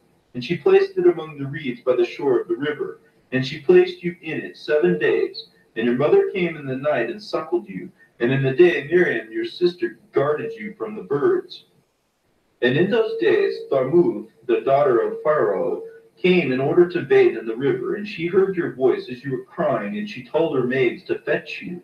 And they brought her to you, and she took you from the ark and had pity on you. And your sister said to her, Shall I go and call for you one of the Hebrew women who will nurse and suckle the infant for you? And she said to her, Go. And she went and called your mother, Jochebed, and she gave a wage to her, and she nursed you. And after this, when you had grown, they brought you to the daughter of Pharaoh, and you became her son. And Amram, your father, taught you writing. And after you completed 3 weeks of years, they brought you into the royal court. And you were in the court 3 weeks of years until the day when you went out of the royal court. And you saw an Egyptian beating your friend, who was from the children of Israel. And you killed him and hid him in the sand. And on the second day you found two of the children of Israel striving together. And you said to that one who was acting falsely, Why are you striking your brother? And he was angry and indignant and said, Who sent you as a ruler and judge over us? Do you also desire to kill me as you killed the Egyptian yesterday? And you were afraid and you fled because of those words. And in the 6th year, on the 3rd week of the 49th Jubilee, you went to dwell in the land of Midian 5 weeks and 1 year, and you returned to Egypt on the 2nd week in the 2nd year in the 50th Jubilee. And you know what was related to you on Mount Sinai, and what Prince Mastema desired to do with you when you returned to Egypt, on the way when you met him at the shelter. Did he not desire to kill you with all of his might and to save the Egyptians from your hand, because he saw that you were sent to execute judgment and vengeance upon the Egyptians? And I delivered you from his hand, and you did the signs and wonders which you were sent to perform in Egypt, against Pharaoh and all his house, and his servants and his people. And the Lord executed great vengeance upon them on account of Israel, and he smote them with blood, and frogs, and lice, and dog flies, and evil boils which break out as blisters, and their cattle with death, and hailstones, with which he destroyed everything which sprouted up for them, and with locusts who ate of the remainder of which was left from the hail, and with darkness, and with death of firstborn men and cattle, and upon all of their gods the Lord took vengeance, and he burned them with fire. And everything was sent into your hand to announce before it was done. And you related it to the king of Egypt before all of his servants and before his people. And everything happened according to your word. 10 great and cruel judgments came on the land of Egypt, so that you might execute vengeance upon it for Israel. And the Lord did everything on account of Israel, and according to the covenant he made with Abraham, so that he would take vengeance upon them just as they had made them serve by force. And Prince Mastema stood up before you and desired to make you fall into the hand of Pharaoh. And he aided the magicians of the Egyptians, and they stood up and acted before you. But thus we let them do evil, but we did not empower them with healing so that it might be done by their hands. And the Lord smote them with evil wounds so that they were unable to stand, because we destroyed their ability to do any single sign. And despite all the signs and wonders, Prince Mastema was not shamed until he had become strong and called to the Egyptians, so that they might pursue after you with all the army of the Egyptians, with their chariots and with their horses, and with all the multitude of the peoples of Egypt. And I stood between the Egyptians and Israel, and we delivered Israel from his hand and from the hand of his people. And the Lord brought them out through the midst of the sea as through dry land. And all the people whom he brought out to pursue after Israel, the Lord our God threw into the middle of the sea, into the depths of the abyss beneath the children of Israel. Just as the men of Egypt cast their sons into the river, he avenged 1,000,000, and 1,000 strong and ardent men perished on account of one infant whom they threw into the midst of the river from the sons of your people. And on the 14th day, and on the 15th, and on the 16th, and on the 17th, and on the 18th, Prince Mastema was bound and shut up from coming after the children of Israel, so that he might not accuse them. And on the 19th day we released them, so that they might help the Egyptians and pursue after the children of Israel. And he hardened their hearts and strengthened them. And it was conceived of by the Lord our God that he might smite the Egyptians and throw them into the midst of the sea. And on the 14th day we bound him, so that he might not accuse the children of Israel on a day when they were requesting vessels and clothing from the men of Egypt, vessels of silver and vessels of gold and vessels of bronze, so that they might plunder the Egyptians in exchange for the servitude which they subjected them to by force. And we did not bring the children of Israel from Egypt in their nakedness. Remember the commandment which the Lord commanded you concerning Passover, that you observe it in its time on the 14th of the first month, so that you might sacrifice it before it becomes evening, and so that you might eat it during the night on the evening of the 15th, from the time of sunset. For on this night there was the beginning of the feast, and there was the beginning of joy.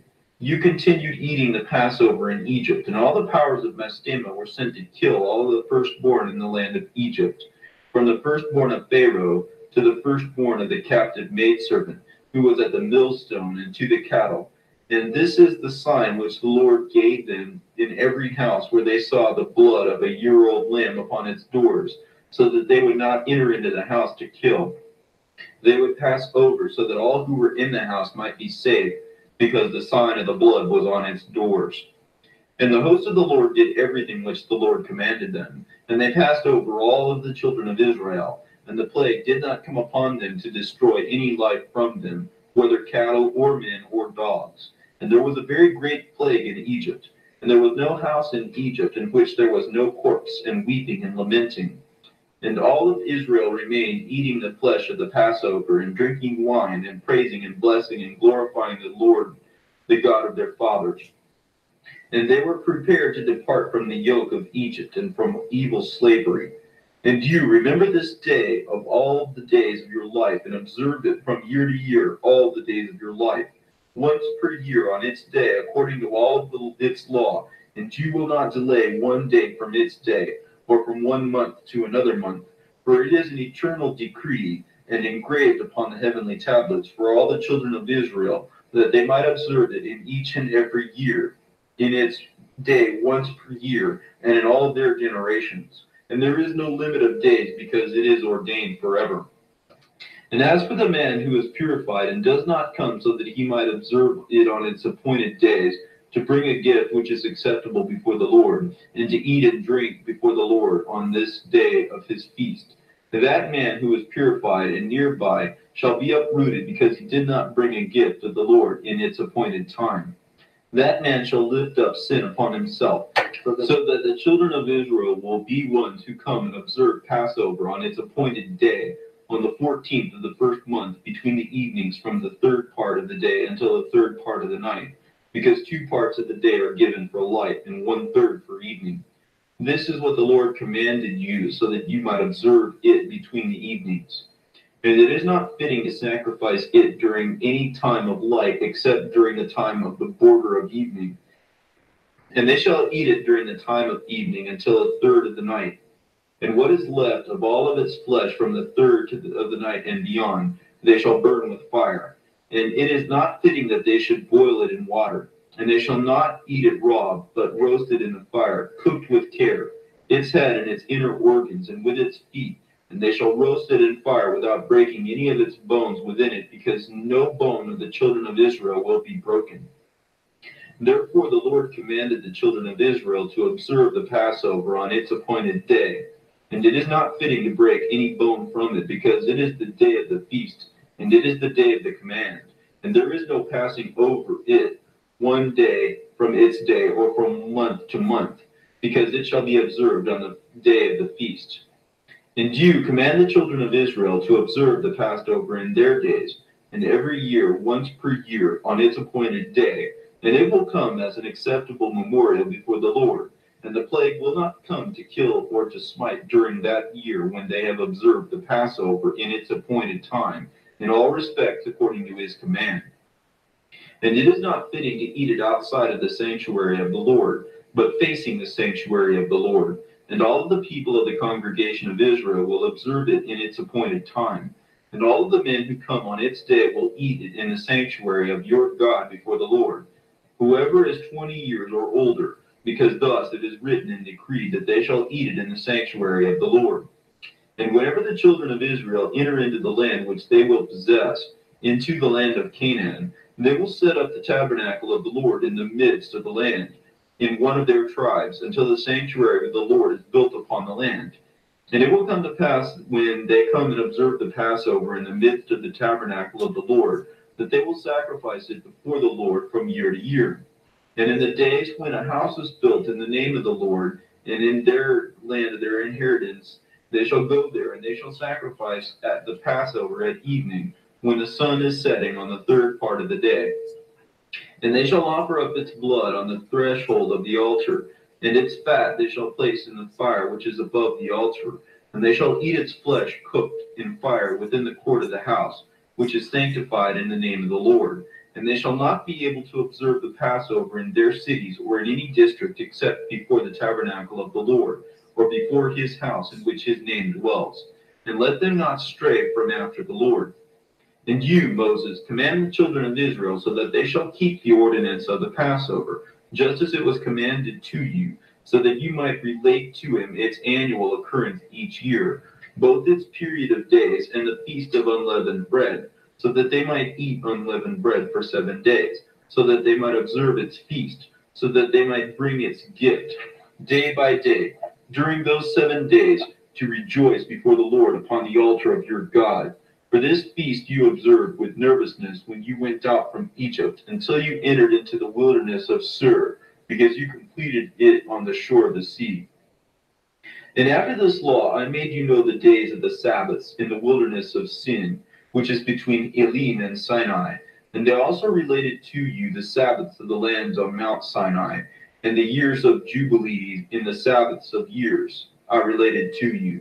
But its year I have not related to you until you enter into the land which you will possess. And the land will keep its Sabbaths when they dwell upon it, and they will know the year of Jubilee. On account of this I ordained for you the weeks of years, and the years and the Jubilees, as 49 Jubilees from the days of Adam until this day, and 1 week and 2 years. And there are still 40 further years to learn the commands of the Lord, and so they cross over the shore of the land of Canaan, crossing over the Jordan to its western side. And Jubilees will pass until Israel is purified from all the sin and fornication and defilement and uncleanness and sin and error. And they will dwell in confidence in all the land, and then it will not have any Satan or any evil one, and the land will be purified from that time and forever. And behold, the commandments of the Sabbaths I have written for you, and all the judgments of its law. 6 days will you work, but the seventh day is the Sabbath of the Lord your God, and you shall not do any work in it, you or your children, or your manservant, or your maidservant, or any of your cattle, or the stranger who is with you. And let the man who does anything on it die. Every man who will profane this day, who will lie with his wife, and whoever will discuss a matter that he will do on it, so that he might make it on it a journey for any buying or selling, or whoever draws water upon it, which was not prepared for him on the 6th day. And whoever lifts up anything so that he will carry to take out of his tent or from his house, let him die.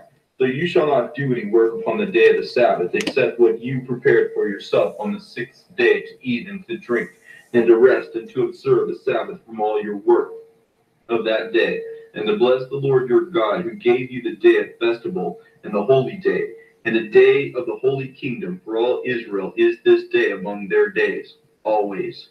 For great is the honor which the Lord gave to Israel, to eat and to drink, and to be satisfied on this day of festival, and to rest in it from all work of the occupations of the children of men, except to offer incense and to bring gifts and sacrifices before the Lord, for the day to end the Sabbaths. This work alone shall be done on the day of the Sabbath in the sanctuary of the Lord your God, so that they might atone for Israel with continual gift day by day for an acceptable memorial before the Lord, and so that he might accept them forever, day by day, just as he commanded you. And as for any man who does work on it, or who goes on a journey, or who plows a field, either at home or any other place, or who kindles a fire, or who rides any animal, or who travels in the sea in a boat, or any man who slaughters or kills anything, or who slashes the throat of cattle or bird, or who snares any beast or bird or fish, or who fasts or makes war on the day of Sabbath. Let the man who does any of these on the day of the Sabbath die.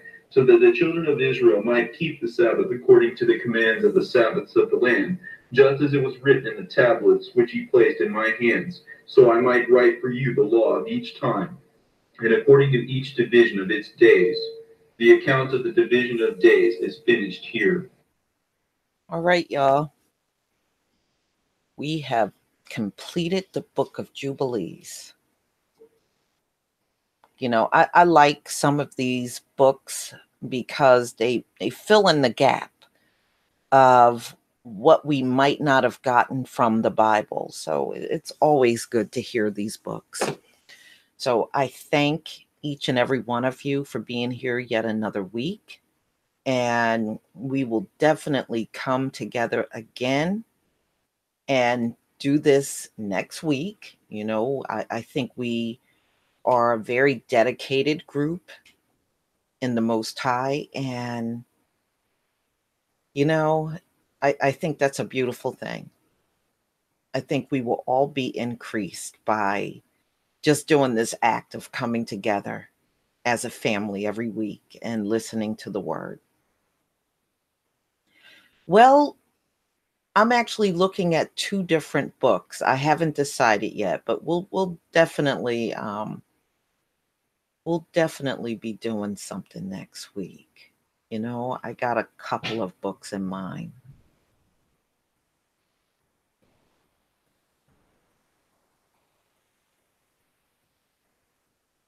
Yeah, yeah.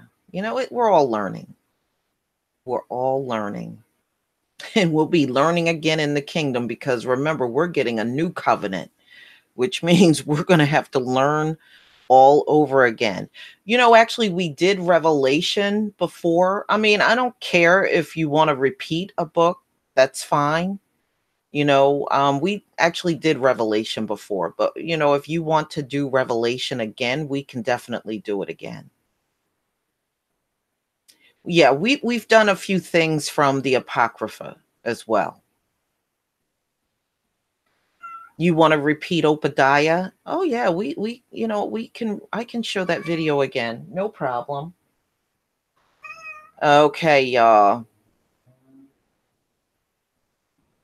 I just want to say Shabbat Shalom to all of you that are still in Sabbath. I'm actually done with Sabbath. It's sundown here where I am. But to those of you that are still in the Shabbat because you haven't reached sundown yet, Shabbat Shalom and Shalom to the family that's on the East Coast. The four gospels. Yeah, yeah. I mean, there's a lot of options. Believe me, there's many weeks in 2019. So we will get things covered. You know what? That's right. I just listened to the book of Isaiah last week. I just wanted to hear it. And I just put on my headphones and I listened to the book of Isaiah. Yeah, we did Revelation already. You know, we can do it again. You know, I don't care about repeating something. That's not a problem for me.